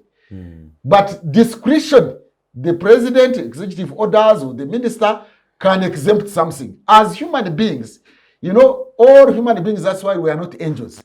We have biases. There is nobody who is not biased or subjective. And therefore, the Constitution exists in order to mitigate our biases. But what do we see now? Arbitrary decisions in signing deals, in signing international agreements, in awarding contracts, in awarding tenders, in awarding this and that. And then we turn around to say, no, Bujagari people or the other people, which was the other force. Is it Bujagari force or something like that? That they are paying a lot of money, taxes, or they are demanding for a lot that, but you did not have transparency, because constitutionalism and economic governance demands good governance, including economic good governance. And one of the principles under economic good governance is transparency. So we have tenders and contracts that are signed without transparency, and they are not discussed. And at the end of the day, you hear them cancelled, and we are paying a lot. Especially the commanding heights of the economy, or sectors of the economy, strategic sectors of the economy. We gave a contract to, is it this South African Railways is called what? Rift Valley Railways. It is in a mess. We didn't discuss it thoroughly, you see. The Umeme one, we don't know how it happened. That one of Bujagar, the president at one time told us that he met somebody at a prayer breakfast. And he got excited about that gentleman or woman or whatever, and they started, and we are paying very, very per how many cents per megawatt or whatever we pay. So, and we give out those contracts without thorough scrutiny, without looking at them as the Constitution demands, as the laws demand, as the procurement demand. We just give them out. Land question, we have now a mess up of the land. That's an economic aspect of the land. We hear the land is given to this, the following date is given to this. I one time went to the industrial park. There is that number of the land that was given out to, supposed to be given out to investors free, because it is free land anyway. And I'm not against that, because we need to have such an industrial park. But I was shocked. The people who got that land and under which umbrella? I mean, others are supposed to build hotels. Others are supposed to build schools. The people who got that land are not in industry anywhere. But people got land. And it is just given out. You can see the crisis that is in Zambia, where even the presidential directives gave out to, was it 30, but they have given out 80. There is a rumor I have heard from Makerere University. The Makerere University has got very good prime land, big land, about 75 acres, somewhere after Makerere, we call it Katarema. It is now, I'm told it is now being given out to investors. That is prime land that should have hosted a whole faculty after congesting in Makerere. So you take the whole of medicine or the whole of engineering, you put it in Katarema, you can remove these staff houses, and the staff can now be accommodated in other rental house. You are now giving it to investors, and I'm told when the process began, even the people of land started also giving themselves out, although it is not yet completely gone, but it is actually people came there to take over the land. So now, when we are giving out land, we are not saying we shouldn't give out land, but do we go through procedures? Because constitutionalism is about following procedures. But we have got procedures on the surface, but underneath, there is a lot of informality. So when you have got a system where formality is for formality's sake, the formal, and the informal is the one which governs the economy, then you will have an economic mess up, an economic confusion. And an economic confusion will keep out investors. Even the investors that we are hankering for, once they learn that there is problems of economic crisis, like this Vinci now, forget about the Vinci company and this lady issue and about the coffee deal. This is in the media, an international media.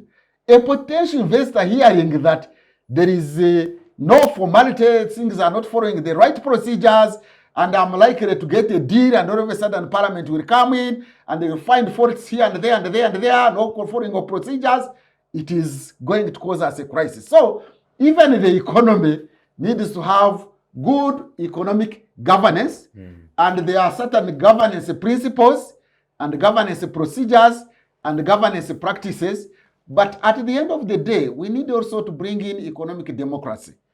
Economic democracy, where powers of certain people in office are also limited, where there are also checks and balances, and where there is room for different actors in society to intervene, and where the intervention is consequential, and therefore there is accountability.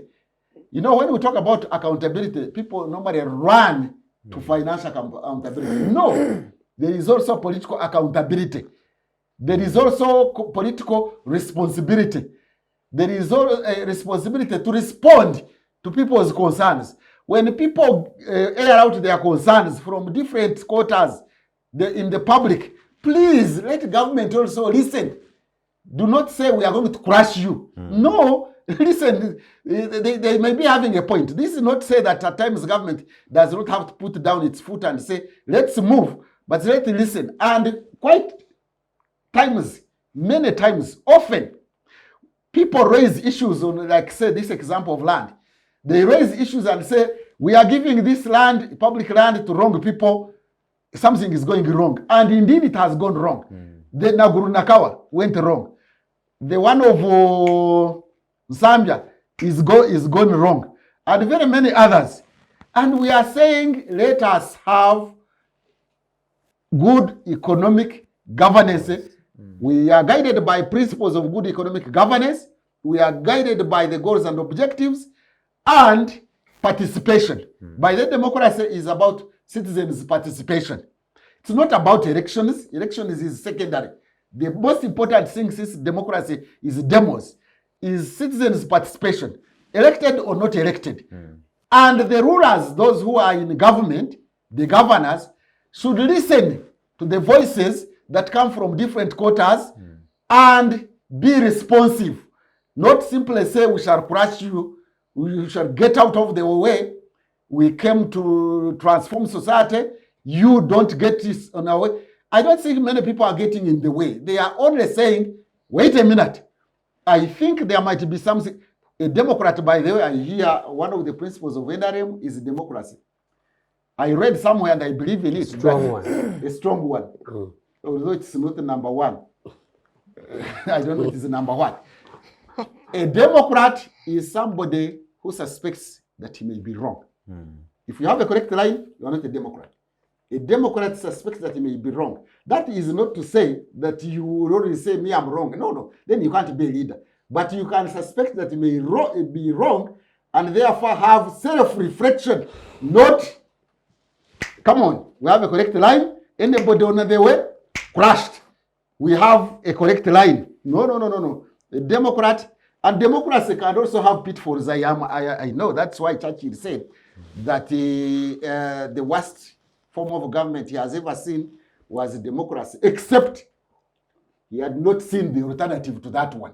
And democracy is about citizens' participation. So good economic governance principles should be discussed, where citizens can all have a say, one way or the other, and let us drop down the mentality of having a correct line. I want to quickly comment on what I have heard about the parish development model and mindset change. Who is going to change the mind of who? Who has the right? Who has the monopoly of correct line that you change the mind? You come and change my mind. You see? Or who needs mindset change? Well, you could say that there is a need, but the question is who changes the mind? Is it the corrupt people who are taking away government property, government land, government tenders, government scholarships? Or we should come up with national public standards. National public standards that are known, and therefore we go to teach them, reinforce them. But before we get national standards, you cannot sit somewhere and say, I'm so and so, I have the correct line. I've never gone to Chankwanzi, but maybe I wish I could go there and see that one who says, you come to the class and I will teach you the correct line. I'm told people go there and they are lecturers teaching adults, fellow adults. What are you teaching them? What should be happening there is for those organizers to come up with themes or topics, and then you exchange with those people who have come there. You, as you learn, they also learn. But for somebody like him, is in NRM, to come in front of me and say, now come listen, I'm going to teach you Marxist philosophy, historical materialism, and dialectical materialism. Why do you assume that we also don't know? This is not to say that I or anybody else would also be all-knowing. All we are saying is that when you are teaching adults, moreover, who are at the same level with you of understanding society, you have exchange of ideas, have a taking and give and take. But for somebody to say he's going to the village with mindset, he has got everything, he knows it all, he's going to the village to teach them. Even my father, who is now 104 years old, who grew coffee after Second World War, he had come back in 1946, when he had come back in 45.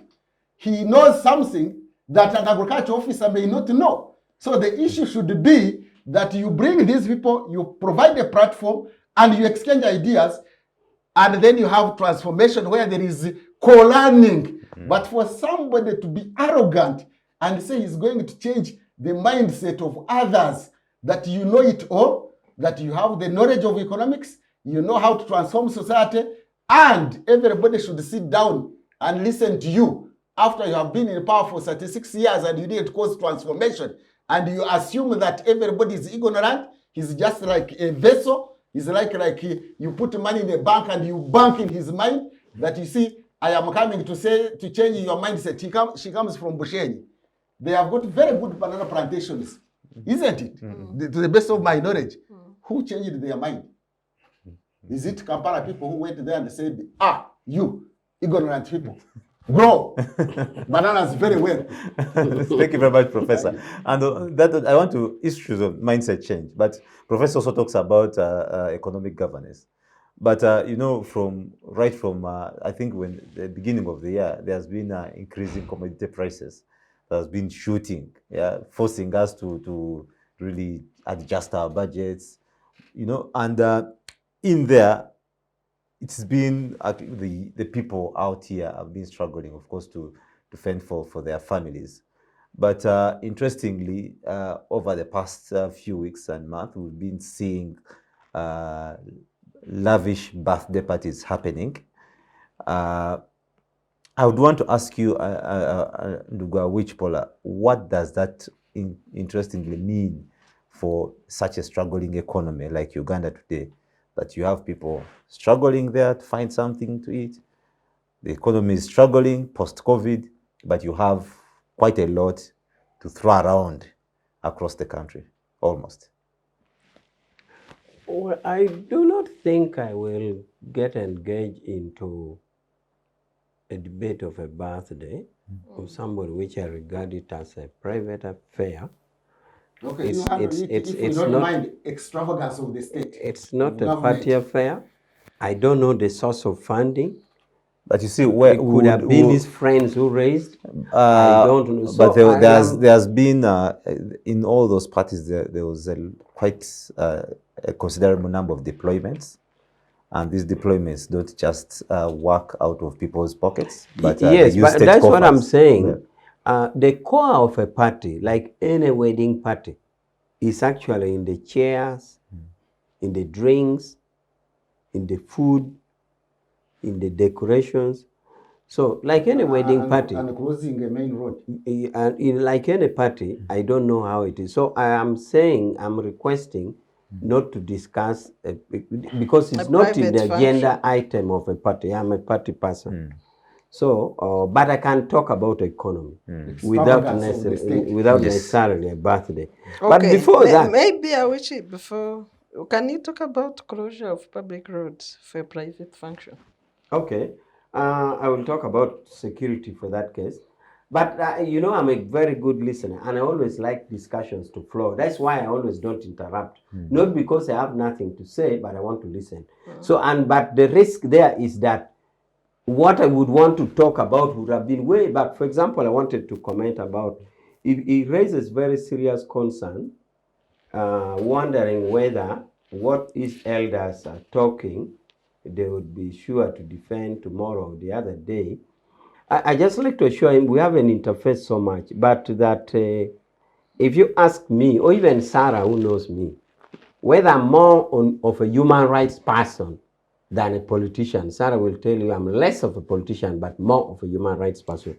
For your information, I have had the mandate of the world to oversee human rights globally for 8 years, and I don't think I'll move away from it.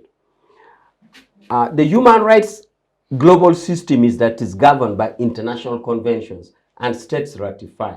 So states always ask themselves, who is that going to see that Brazil, Malawi, Poland, Uganda, wherever, Uruguay, is following what they have ratified? So the convention provides that there shall be 9 persons voted by General Assembly in New York. I'm telling you, I've been elected for 2 Kisanja, only 9 human beings, and I've overseen conventions in Geneva, Switzerland for 8 years. And I was the only African. So this has not moved, it will not move me from human rights. And therefore, I'm less of a politician, but more of human rights. So worry not about what I say, because I say it with concrete conditions of human rights in my mind. And we're not going to talk of constitutionality or constitutionalism if it doesn't matter about how the rights of each and every actors of us is guaranteed. So worry not, because I am really more of a human rights than a politician. And I've told you, I've overseen states' compliance of human rights for 8 years and elected by the world for 2 Kisanja, because it is 4 years each. So no worry about that. Now, quickly about security matters. You see, just prima facie, you know that members of the first family have right to some protection. And of course, this should work in conjunction with the police and the relevant security operatives around that area. So if it was deemed at any one point that an activity was taking place, that in the analysis, what they call the SWOT, the strength, whatever analysis of the security persons, deemed that it was wise to close the road, I don't know. But I think it would be in the judgment of the security operatives or the security officers on the ground, bearing in mind that the first family have right to their protection, and they actually have a whole unit standing for them. So I think I answer about the closure of the road. But on the economic, even that one has economic implications. Closing a main road all the way to Mombasa for a day, it has economic implications, including tax collection and revenue. Actually, I've answered it from the security Saturday, perspective. part of Entebbe Road was closed. Oh. And I think many people missed their flights. Because I was coming from the airport and I was delayed for 1 hour just from the airport to join the express highway. Okay, fine. I think I can't say more than what I've offered in the security perspective. Now, on the economy, I already said I will not debate on the birthday because it's not a party matter. It's a private somebody's birthday. But what I want to say is that as a party or as a government, you don't seek mandate from the people. And Professor, I'm sure will agree with me that we sought mandate from the people through a regular and fair elections. And the people get the mandate. No, from regular elections. We know. So the mandate that you get, and you enter State House, and the mandate that we have now running to 2026 is a social contract between the party and the people through a manifesto. Put it in simple terms, that if you wield state power, you wield it purposely so that a citizen should eat, should clothe, should sleep in a house, should be healthy, should send children to school. Or so citizens, those basics. Or citizens or some. All. What about So- what about this talk I hear? I even heard it from the director of mobilization, Ssenyonga, just in this election, is telling the people of Omoro that if you don't vote our candidate, you will have wasted your vote. You will not get services. Where does that come from? Or the president one time saying that, telling people, is it of Machinde, that if you don't vote me, you will have you will be like somebody who committed suicide, and people should not mourn for you. In other words, I will not serve you. What about The that? president has several said that on record. Well, these are statements that you take on interpretative provisions, but anybody is subject to interpret it in his or her own way. But I think Ssenyonga, who is a director like me, and we work together, the common understanding is that if you have a government elected by the people and you have a member from the ruling party, it's easier for him to negotiate because he has more comrades to interact with than somebody who will go to reject whatever is there. Because principally that is what opposition is saying. Government has said this, no. Government has said this, no. So Ssenyonga is simply saying, if you vote a member of the ruling party, now that we already have the mother contract, the mother social contract with the people, that is easier for your MP to maneuver around and advocate for you. What That if, is simply what what if, she's saying. what if that person in opposition, when he is elected, is going to provide oversight in such a manner that he or she will save actually more billions of shillings than the one who is going to bring a few cassava stems? That's what it is. That this other one are maneuvering or lobbying among colleagues to ensure that services No, are who provided. provides more service? The one who But provides a few chicken, it's or like- the one who saves billions? It's like you are saying, once you're on the government side, then you don't do oversight. It's as if you're saying, once you're an NRM MP, then you don't query. And yet you That very is well why know, in Professor, Parliament, they normally give oversight positions committee to the opposition. as Public a chair, Accounts Committee. as a chair. Yes. But Yes, let's have- remember, as a chair, only as a chair. But remember, in those committees, actually the majority are NRM. But- It's said for the chair. The chair is simply for, there cannot be anarchy. We can be one among equal. We are all one honorable members. For the procedural purposes, there must be a chair. And in this case, the resolution is that the chair should be given to opposition. But does not mean the product is from the chair, Professor. Why do they? And the majority are NRM. And I can assure you at committee level, NRMs are very critical at committee level. You can even see in Kololo. Actually, we're in this room when the issue of coffee came up. And I told people in this room that no worry, we're going to call a caucus and we shall discuss it. And true to it, when I went, we had a caucus in Kololo. I was seated in the front chair. Because I'm a director, I sit in the movement caucus. Because movement caucus in parliament is an organ of the party under the constitution. And you saw what happened. The same issues that were raised here were raised there. And the product was that the president agreed that, although we shall revisit. So it is not true Where is that Where is the report? it's still in progress. But you cannot say, therefore, the oversight is a monopoly of opposition. In other words, the NRM has also to do the oversight at the same. In fact, that is a work of a parliamentarian, regardless of the party. So the NRM MP equally does oversight, although you seem to imply that it's only opposition which does oversight, No. which is not. Two, he has the advantage of maneuvering through his colleagues. So that's basically what's in the one. So I'm saying the economic situation plus the prices that you have mentioned. The prices, many of them are international driven. We all know it. Driven by oil, the Ukraine and all that. But the ones which are domestically managed, for example, like soap, which was as a result of the inadequacy of the raw materials which government is addressing, that one can be addressed. But I can assure you that is in the best interest of the country. Nobody can say that somewhere somebody wishes people bad. No. And this now takes me to the common good. We have seen some utterances by other colleagues, our brothers and sisters. Like the professor says, the coffee deal can scare off other investors. But you have seen citizens who go to the media like now and make outrageous claim like NRM is castrating people.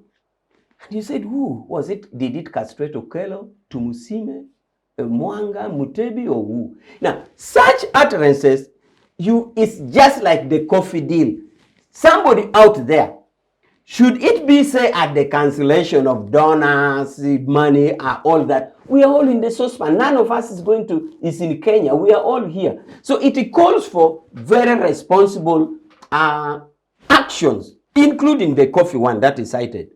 Because Major, right there, when you talk about responsible actions, we are seeing our countries, governments across the region intervening in some of these prices. In Uganda, just recently here, we were told to go and literally adjust to cassava. Why is it that different? The adjustment issue came up in Kololo. I think I bought the idea the president explained. The president says there are two options. You can choose to caution it. For example, give subsidies. But he says if you do that, you are doing it artificially. The prices have remained the same. So you lose more in that. First of all, you risk that people will actually hurry and consume what you have without reserve because you have made it cheap. But remember also the turnaround is that it's still the same taxpayers' money that we have done it. So for him, he says that is artificial. That cushioning is artificial. He would rather prefer not to caution, but take it the way we are taking. It will be sorted. It's a short-term thing.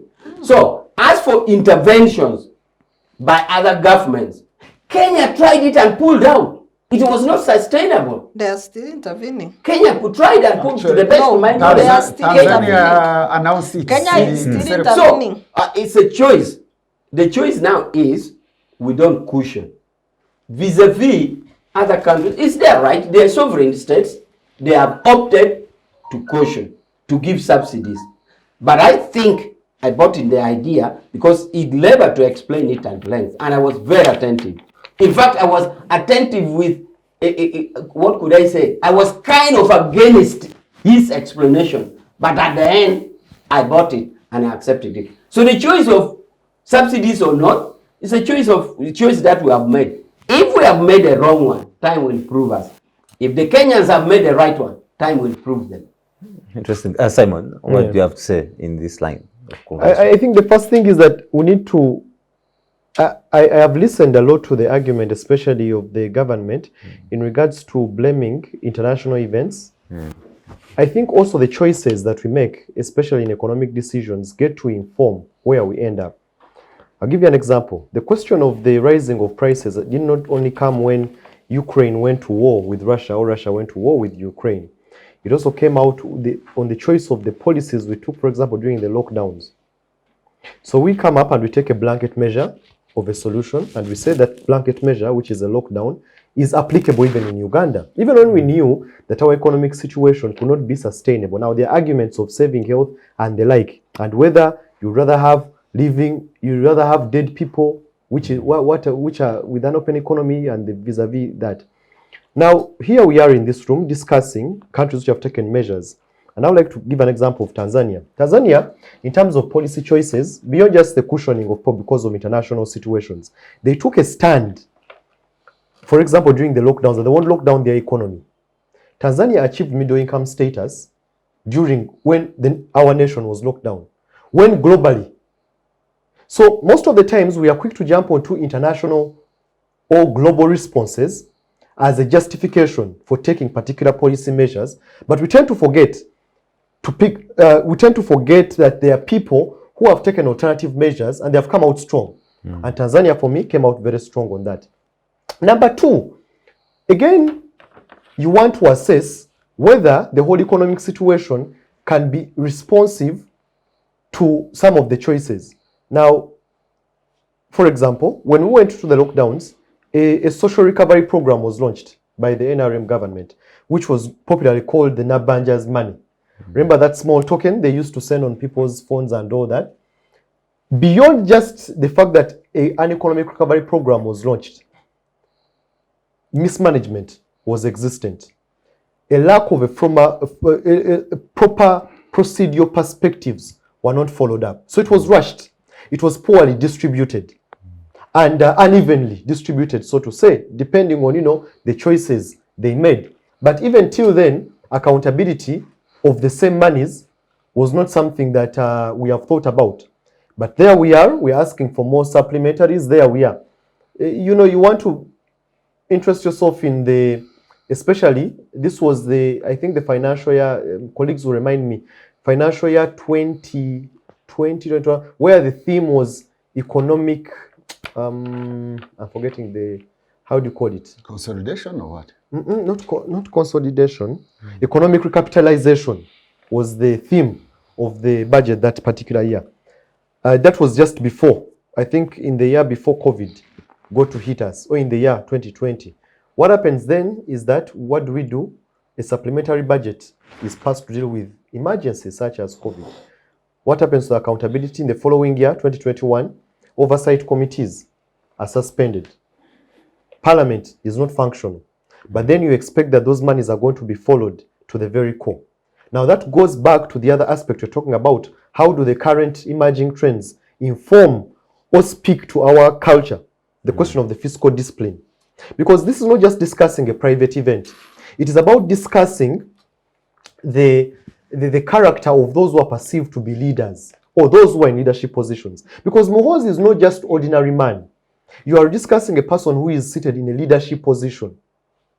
So scapegoating with it's a private event does not serve us any better from a public event. Because number one, as colleagues have said, resources were spent, but also resources were lost through taxes, through those and the road closure and all that kind of thing. There were even other security concerns probably that emerged because of how we have conducted ourselves. But imagine it, and I like that Ndugu Major here is the director of international relations? External services. External services. What does this speak to the public image of Uganda politically? That somehow we are fiscally disciplined, with a son of a sitting president having birthdays and declaring birthdays back to back with the choices we are making. What does this speak to our international image? Or is something now that shouldn't come into question? Internationally, would this simply be perceived? Would you have the opportunity to defend the nation that this was just a private event?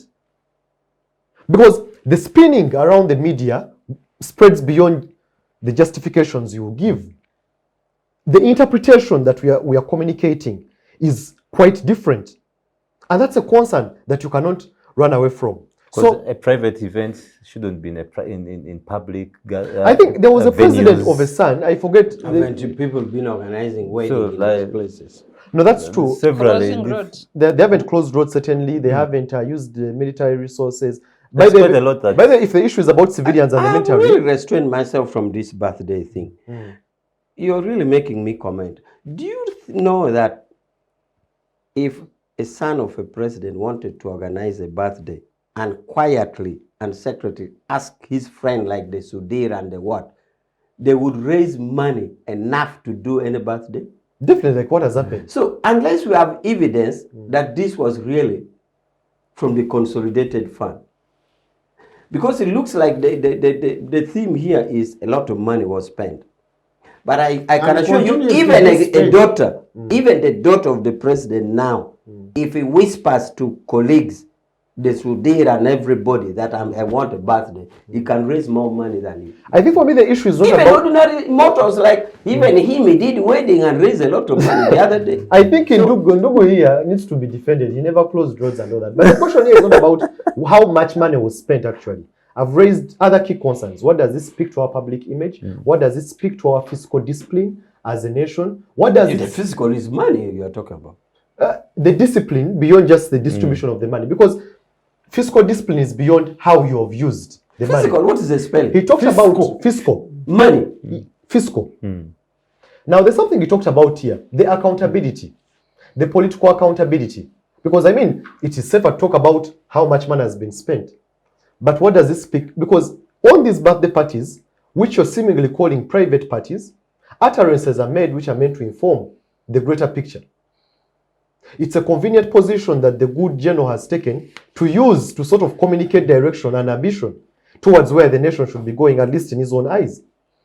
To somehow correct opponents, I was just reading a tweet just a few minutes ago, which he has just put up, another scandalous tweet, which he has just put up. If you can just go check on his handle. Maligning and, using all that kind of thing. So anyway, the thing is that the economic crisis in the context, the event is just one context that we take. And I strongly believe the event is just something but very small beyond what is happening on all sides. So whether it be, and this one, whoever is in, the change is happening in the government economically, and when I say government, it's not just the NRM, but even also the opposition, and even us who are participating in civic spaces. So we need to widen. There are those who are held accountable for managing the resources, but also us in our, what you may call small spaces or in our quarters. We need to be honest about how we are maximizing and utilizing the resources. Because what you see, what power does, I think as somebody famous, I don't know who that was, say that what power does that it amplifies your character. It doesn't bring up anything new. It began from conversations that were not had in small spaces. Then when they got the power, it simply amplified what actually they were. So if there was no accountability in the small spaces, if there was no honest conversation concerning how resources have to be used, if there was no honest chat about the future of a nation in the small spaces, then what you have right now is simply amplifying. There is nothing new that is happening. That is why for me my call to action is not just to look at those who are in power, but even us who are still in these seemingly insignificant positions, we need to have that conversation. Yeah, just as we are ending, we're going to have our way forwards. Our time is fast spent. We've been But have notified. we discussed the economy? Yes. Yeah. I haven't In a even broad had. way. I haven't had a comment on the economy. It is What been Professor did, I Yeah. did. I have. Maybe you'd want to have your take on that, sir. Yeah, because I think when I saw your title on the status of the economy, I thought we would look at, for example, the 47 trillion in the budget. Look at the revenue shortfalls. URA is unable to even hit the 20 trillion target. And poverty has risen. The pandemic aftershocks. Poverty has risen from 18% to 29%. We have the public debt ratio, and then the crisis with the citizens. People are unable to take their children to school. People are unable to have a meal on table. The cost of fuel, people are walking to work, and just, Kizza Besigye has been arrested for walking to work. What if he can't afford fuel? So what is the plight of Ugandans? And then, of course, the excesses of the regime, the extravagance, the dubious deals, and the status of our economy in terms of the international financial systems, where we've been placed in the grey list of anti-money laundering acts and international financial transfer agencies like WorldRemit that have suspended the transactions from Uganda. What does this mean? Really, what is the actual status of our economy? So you have a funder, Awich and his colleagues. I know his views on Da Vinci, but collectively, we have to continue blaming him because this is not personal. You represent a party that characterizes and capitalizes on dubious deals to defraud Ugandans. And if you look at the insistence with Da Vinci and Rubowa Hospital, so somebody from the clique, the ruling clique, is defrauding Ugandans from this woman, using the woman as a front. You have a committee of parliament saying we cancel the deal, and now the report of parliament has been blocked from debate. As much as the caucus said we shall review, who is blocking the debate in the coffee agreement, and what are the intentions?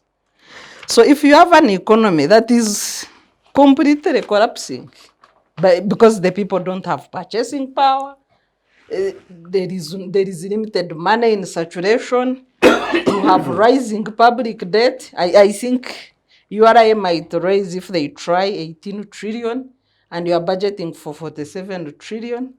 Where are you going to get the money? We have a question of dormant loans. The money that we borrow is not put to use, generates interest, and later disappears.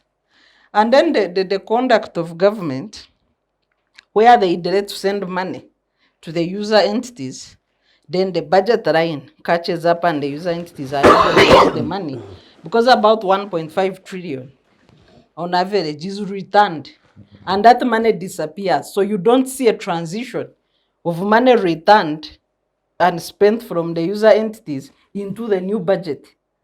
And this is money that is embezzled through technicalities.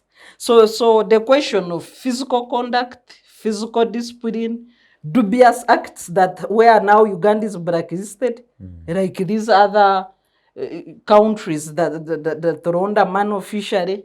Because I think even we shall move from the grey list to the blacklist, considering the conduct of government, because like Rubowa and Vinci, these are money laundering schemes by the state. So what is the state of our economy? And I would wish Awich can respond. But maybe before he does, Yes. just chip in briefly and then he can go on. I think your topic and what you wanted to see, among others, was to see the nexus between the constitution and the economy. Mandate, we have got an institution here called the National Planning Authority. And it has done the planning and it has the mandate. And all ministries should fall in line, should align their budgets, their policies, their plans with the National Planning Authority in terms of the economy. But the National Planning Authority is an authority without authority. Quite often, they advise government against something. The following day, the government does exactly what they have advised against. I remember one time they advised vehemently against increasing districts and other administrative units, cities, whatever. They said, let's first deal with issues of economic planning. The following year, the government actually increased those units threefold and ignored the National Planning Authority. When you talk to the members of the National Planning Authority, they are just helpless. They will tell you we are an authority without authority. And that is a constitutional question. If the constitution gives mandate to certain institutions to do the planning or to do the expenditure planning, give them the mandate to do it. If it is a parliamentary committee, leave it first do its work. But it seems as if different institutions and departments of government are under capture. They do not do what they are supposed to do as mandated by the Constitution. Now we need to go back and follow the constitutional requirements and provisions about the mandate of certain institutions that do the planning, that do the budgeting, that do all those things. What is happening in Uganda is to whom it may concern. You plan here, the executive does the opposite. The parliamentary committee gives this recommendation, it is ignored. The Auditor General says this, the government does the opposite. Where are we going? Interesting. Fine. Yes, I just want to start by saying that maybe some of us rushed through the economy in this segment because we really wanted to link it up. Sarah wanted an in-depth look into the economy. So she wasn't convinced we had done it, but her approach is that should have looked critically on the economy like she did. Me and Professor think we prefer the quicker, the nexus. But be as it is, she has gone substantively on the economy. And she wanted my reply. My only reply is that most of the issues you have raised need a data presented, and which I don't have it now, because you seem to think that everything in disarray.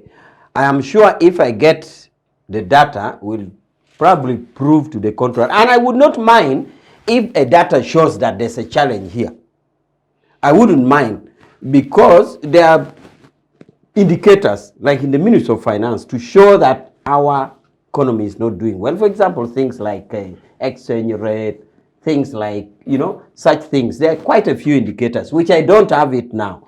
But the impression you're giving that things are terribly bad. So my answer to you is the that... pocket of the citizen, beyond the figures. But People are doing whose bad. pocket? My pocket is okay. Of course, you have access to Have you seen how everybody's pocket? You have access That is to so consolidated judgmental. facts. I am talking of ordinary citizens. That is so subjective, because you have not done any My pocket research. and the people in my You have not category. done any research to ascertain the pocket wiseness of citizens. If you had... No, Uganda Bureau of Statistics, which is a government agency, has said that the people of northern Uganda, where you come from, poverty levels are around 50%, 60%. Go ahead. Yes, but that is not an That's instant. data. What Sarah is examining as is an instant position now. But the Bureau of Statistics is a study of a period of time. So now, if you're talking now, and with that, and I already indicated that should there be a data showing something bad, I am ready to it. Because I said earlier that if something is wrong for us. We only need a remedy. So if that is saying the northern Uganda situation is that bad, I'm saying. So, but however, what I want to say is, Sarah has raised very specific issues of economy, which can only be rebutted by specific data that I don't have. But I can assure you for now that Ugandans are happy. They are feeding. Their children are in school, contrary And to what there's you no have need alleged. to revert to cassava, like your president said. People are happy. No, Is but the there need cassava, to the cassava, reserve- by the way, the cassava thing that you are saying came from the president. It is true. It is on record that President Museveni doesn't eat bread.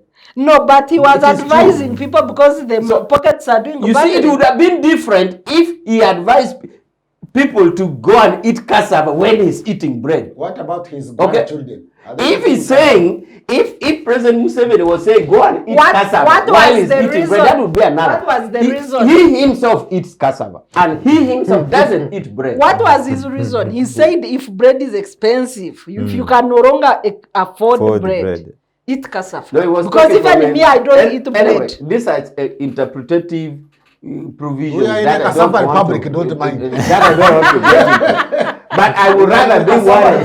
I would rather be worried if President Museveni tells me to go and eat cassava and he's eating bread. But it's a known fact that he himself doesn't eat bread. Yes, and so- he doesn't For see the his food is a value. dietary You issue. see, He so doesn't see the his food choice value. of Yes. cassava is not out of lack of Out of- money. yes. But how do you know So even? that issue. Yes, because he I has know. money. But How do he you has know? already said that I it's know. cassava and porridge. So it's common knowledge. But he was saying if you cannot afford bread, then you can go to his statement. So I like to say There are many Ugandans that who I would love cannot to eat bread. respond to the economic picture that Sarah has brought because it can only be rebutted by specific data. I wish you were raising that. I would have actually collected and come with it. But I know is that we pick the national plan from the authority that you said they don't There's have. no authority. We have a long-term plan and a short-term plan. And the short-term plan, we extract our manifesto. And from the manifesto, we try to engage the government along that line ministries. And so far, so good. But in particular, rebuttal or reference, I really needed to have got time and come with relevant data. We shall have that and I think in the subsequent conversations that are coming, because of course the economic issues are still biting. It's a discussion that we shall And have the budget extensively. process. So you And the better budget- look for yes. your data. So in our closing remarks, I would want to have a minute, at least 3 seconds of each one of you to just give us your thoughts on the constitutionalism, the economy, and the behavior of our leaders. Starting with me? Yes. All right. I think it's about the the choices that we make and the choices that we want to have for the country, they will inform the political, social, and economic decisions that we take. So serious reflection is very important. And I think for the, when you look at the majority Ugandan, the common, what you would call the common man, the conversation goes beyond the technicalities and the, and what you would call the hardcore discussion. It will go into what they feel, what they see, what they're encountering, what they're interacting with. So choices are important. They will inform whether the nation will stand. And I think for me, concerning the constitutional petition, it's the opportunity for the courts to be tested again. So just in a build up to what Ndugu Afande there says, now that we are at least past the basic test of filing, let us see what the courts have to say. And I'm hoping we don't have a replay of what Justice Ogola called the rape of the temple of justice. At least so far, the constitution has been raped. We just only hope that the temples of justice will not be raped. Concerning the economic perspective, again, it will go back to the choices and whether actually we want to see this nation going where we would love it, where it's desirable. Think about yourself from out of power. Normally when you put on, if you're thinking CAPE is around being in a privileged position, not necessarily even being in power and authority, but from a privileged position as an elite, as a government official, as a salaried person, you need to think, you need to put on the lens of the common man to be able to appreciate what their perspective of life is. And only then will you be able to make the best decisions for them. Yeah, thank you very much. Simon, Sarah? I think the journey for constitutionalism is just beginning. We have been dealing with a lot of issues and challenges. Those who fight for constitutionalism and defend constitutionalism, like myself, we need to tighten our belts. The challenges will only get deeper and deeper, and like the saying goes, it always gets darker before dawn. So as we navigate the darkest journey of this regime, citizens need to prepare for that dark moment, like we seem to be diving into, given the conduct of the state. The last two presidents in Africa that were celebrating lavish parties were Mobutu and Mugabe. At one time, Mobutu had to charter Concorde, the biggest jet, freight jet of that time, to deliver his birthday cake. You don't know beer. And Cameroon. yes, and those ones, And then he had to hire the international chef from France to cook for his guests. But all those were the dying moments of these dictators. So when you see the emerging lavish parties, you know that the regime is in its evening, and those who need to pack their bags should do so. There is nothing new under the sun. Africans have witnessed these things. So we have dived into that moment. As for the economy, of course, a dying dictatorship goes down with the economy. So Ugandans need to work hard and try to save money where they can. It's the dark moment. That's powerful. Thank you. Mine is going to go back to the nexus between the constitution or constitutionalism and the economy. And I'm going to relate it to civil servants or bureaucrats, technical people. There is cynicism, and the people are not working as they should be working. This is known. Mm-hmm. That's why there is a policy deficit implementation. And one of the factors that leads to this is failure to follow the constitution. See, the constitution gives the mandate also the technical people, and also the parliament and the ministers. But I will give you glaring examples which people have had, because if we go into the nitty-gritty, people may not capture them very well. Mm-hmm. Recently, there is this Minister of Lands, Madam Nabakova, who, after being given that mandate, I saw her running around Bubende, where talking tough. Recently, she was in Parliament, and when they asked her in the committee, she said, you mean that land of Nakao? Me, I don't know. Then there was Nyakisi, the land commissioner, the chairperson of the land commission, the one who is now interdicted or something like that. When she was also being asked, I don't know those ones. Me, I don't know. When Vince came, people like Tumwebaze of agriculture, when they asked him, but coffee is in agriculture, Tumwebaze said, leave me alone. I don't know what is going on there. I have just mentioned to you, I have talked to them several the National Planning Authority. When you ask them, is what you have planned aligned in the budget and how the ministry is spent and work? They say, for us we planned, we gave to government, let it do what it wants to do. Now, when technocrats or civil servants are also who are supposed to be knowledgeable and give technical knowledge and technical advice, when they give advice and it is ignored, they also lose vigor.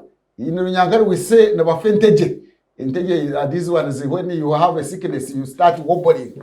So they start saying now, since for us, the constitution is like this, our mandate is like this, but we don't have power to do what we are supposed to do. It is done elsewhere. It is not done as it is formally stated. Then we also wait and do what we can and eat what comes our way, and everything else will be done by those our fathers who act in big offices. If Nabakova can say, me, I don't have anything to do with lands, Minister responsible for land. Do you hear that, you listeners? Minister responsible for land doesn't know how Nakawa land is distributed. And you find the Auditor General year in and year out giving a report over something, but nothing is being done about it. Even this Mwine Mpaka of Parliament said, for us we signed the Davis report. I don't know where it is. Everybody is saying, I don't know, I don't know, I don't know. Now, we are talking about the nexus between the constitution and the economic planning and economic policies.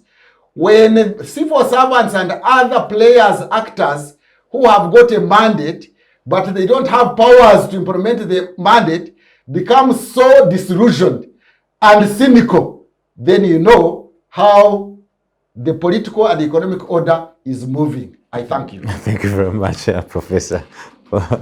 And finally, Awich. Thank you so much. I'd like to start by my summary on the economy, that like any developing economy or developing country, we have challenges, but I like to say that we have tried our best. Good enough, Uganda is a food basket. We have not had a catastrophe where food is supplied from abroad to give to our people. And even a mere look at any village market, you see we have food, our people are eating. Notwithstanding the challenges, we are good in the economy. Now, the data, as I said, I would give later. I wasn't ready for it because that would show the indicative areas of good performance or failure there too, which I said I'm okay with it if it is there. But the nexus with the constitutionalism is that we have a good constitution. We are trying to practice as a country. And that is why you can see Sarah runs the Citizen chat show. And without clear choice of words, the regime, the dictator, and nothing goes wrong. We have a professor whom I really believe that even in the days of Jesus, the John the Baptist, those prophets were there. And whenever they would speak, sometimes you'd think they're criticizing the king. Prophet of doom. No, not of doom. The prophets would tell the kings that turn away from your ways. Yes. If you don't do this, you risk Israel, for example. Yes. So this is part of constitution. And ignored them. Yes, you'd get it. And So I take professor and I take it that way, that what is more than having a constitutionalism where you have the professor giving his wisdom, his counsel, like the way the prophets used to give to the kings, and nothing happens. That is constitutionalism. And the thinking of NRM is that as long as you are talking in the best interest of the country, nobody will close your mouth. The professor is here, like the prophets. John the Baptist would tell the kings, turn away from your sins or else you risk the kingdom. It is hard and it is given due weight. Maybe it doesn't sit practically being implemented, but there's nothing more than that in constitutionalism, and that is what NRM wants. Are you going to turn out from your sins? That's a good ending. Thank you very much. Look, Pollar, It has always been a good idea. for trying for attempting to be prophetic and also highly religious. Rejected the council of prophets, went into exile in Babylon, and suffered there. Maybe I'm they glad are- the professor says it's a good ending. Maybe It they has are always going been. to stand And that away. is the position. That's Look, a good Ssenyonga here is a person of the Bible, very much. You don't have to Maybe bring they are another going to stand away conversation. from their sins. And So we- in other words, we hear criticisms, we hear good comments, we hear good views, and we give it the due weight it deserves. I hope not the biblical Israelis who rejected the good wisdom and were taken into exile. Thank you very much, our dear viewers out there, for following this conversation. What a way to end. That's, we needed this kind of ending. Thank you for being part of these conversations every Friday here on the Citizens TV and also on the chat show. Thank you very much for being added followers, for your comments that come through there, for your feedback, and everything that we do. This is the Civic Space TV that we own, and of course the chat show that happens every Friday here. My name is Masesa Demiano, and to my panelists today, thank you very much for coming through, for honoring our invitation, and I hope we can continue with these conversations when the next invitations keep coming. Thank you, and to our viewers out there, enjoy your weekend.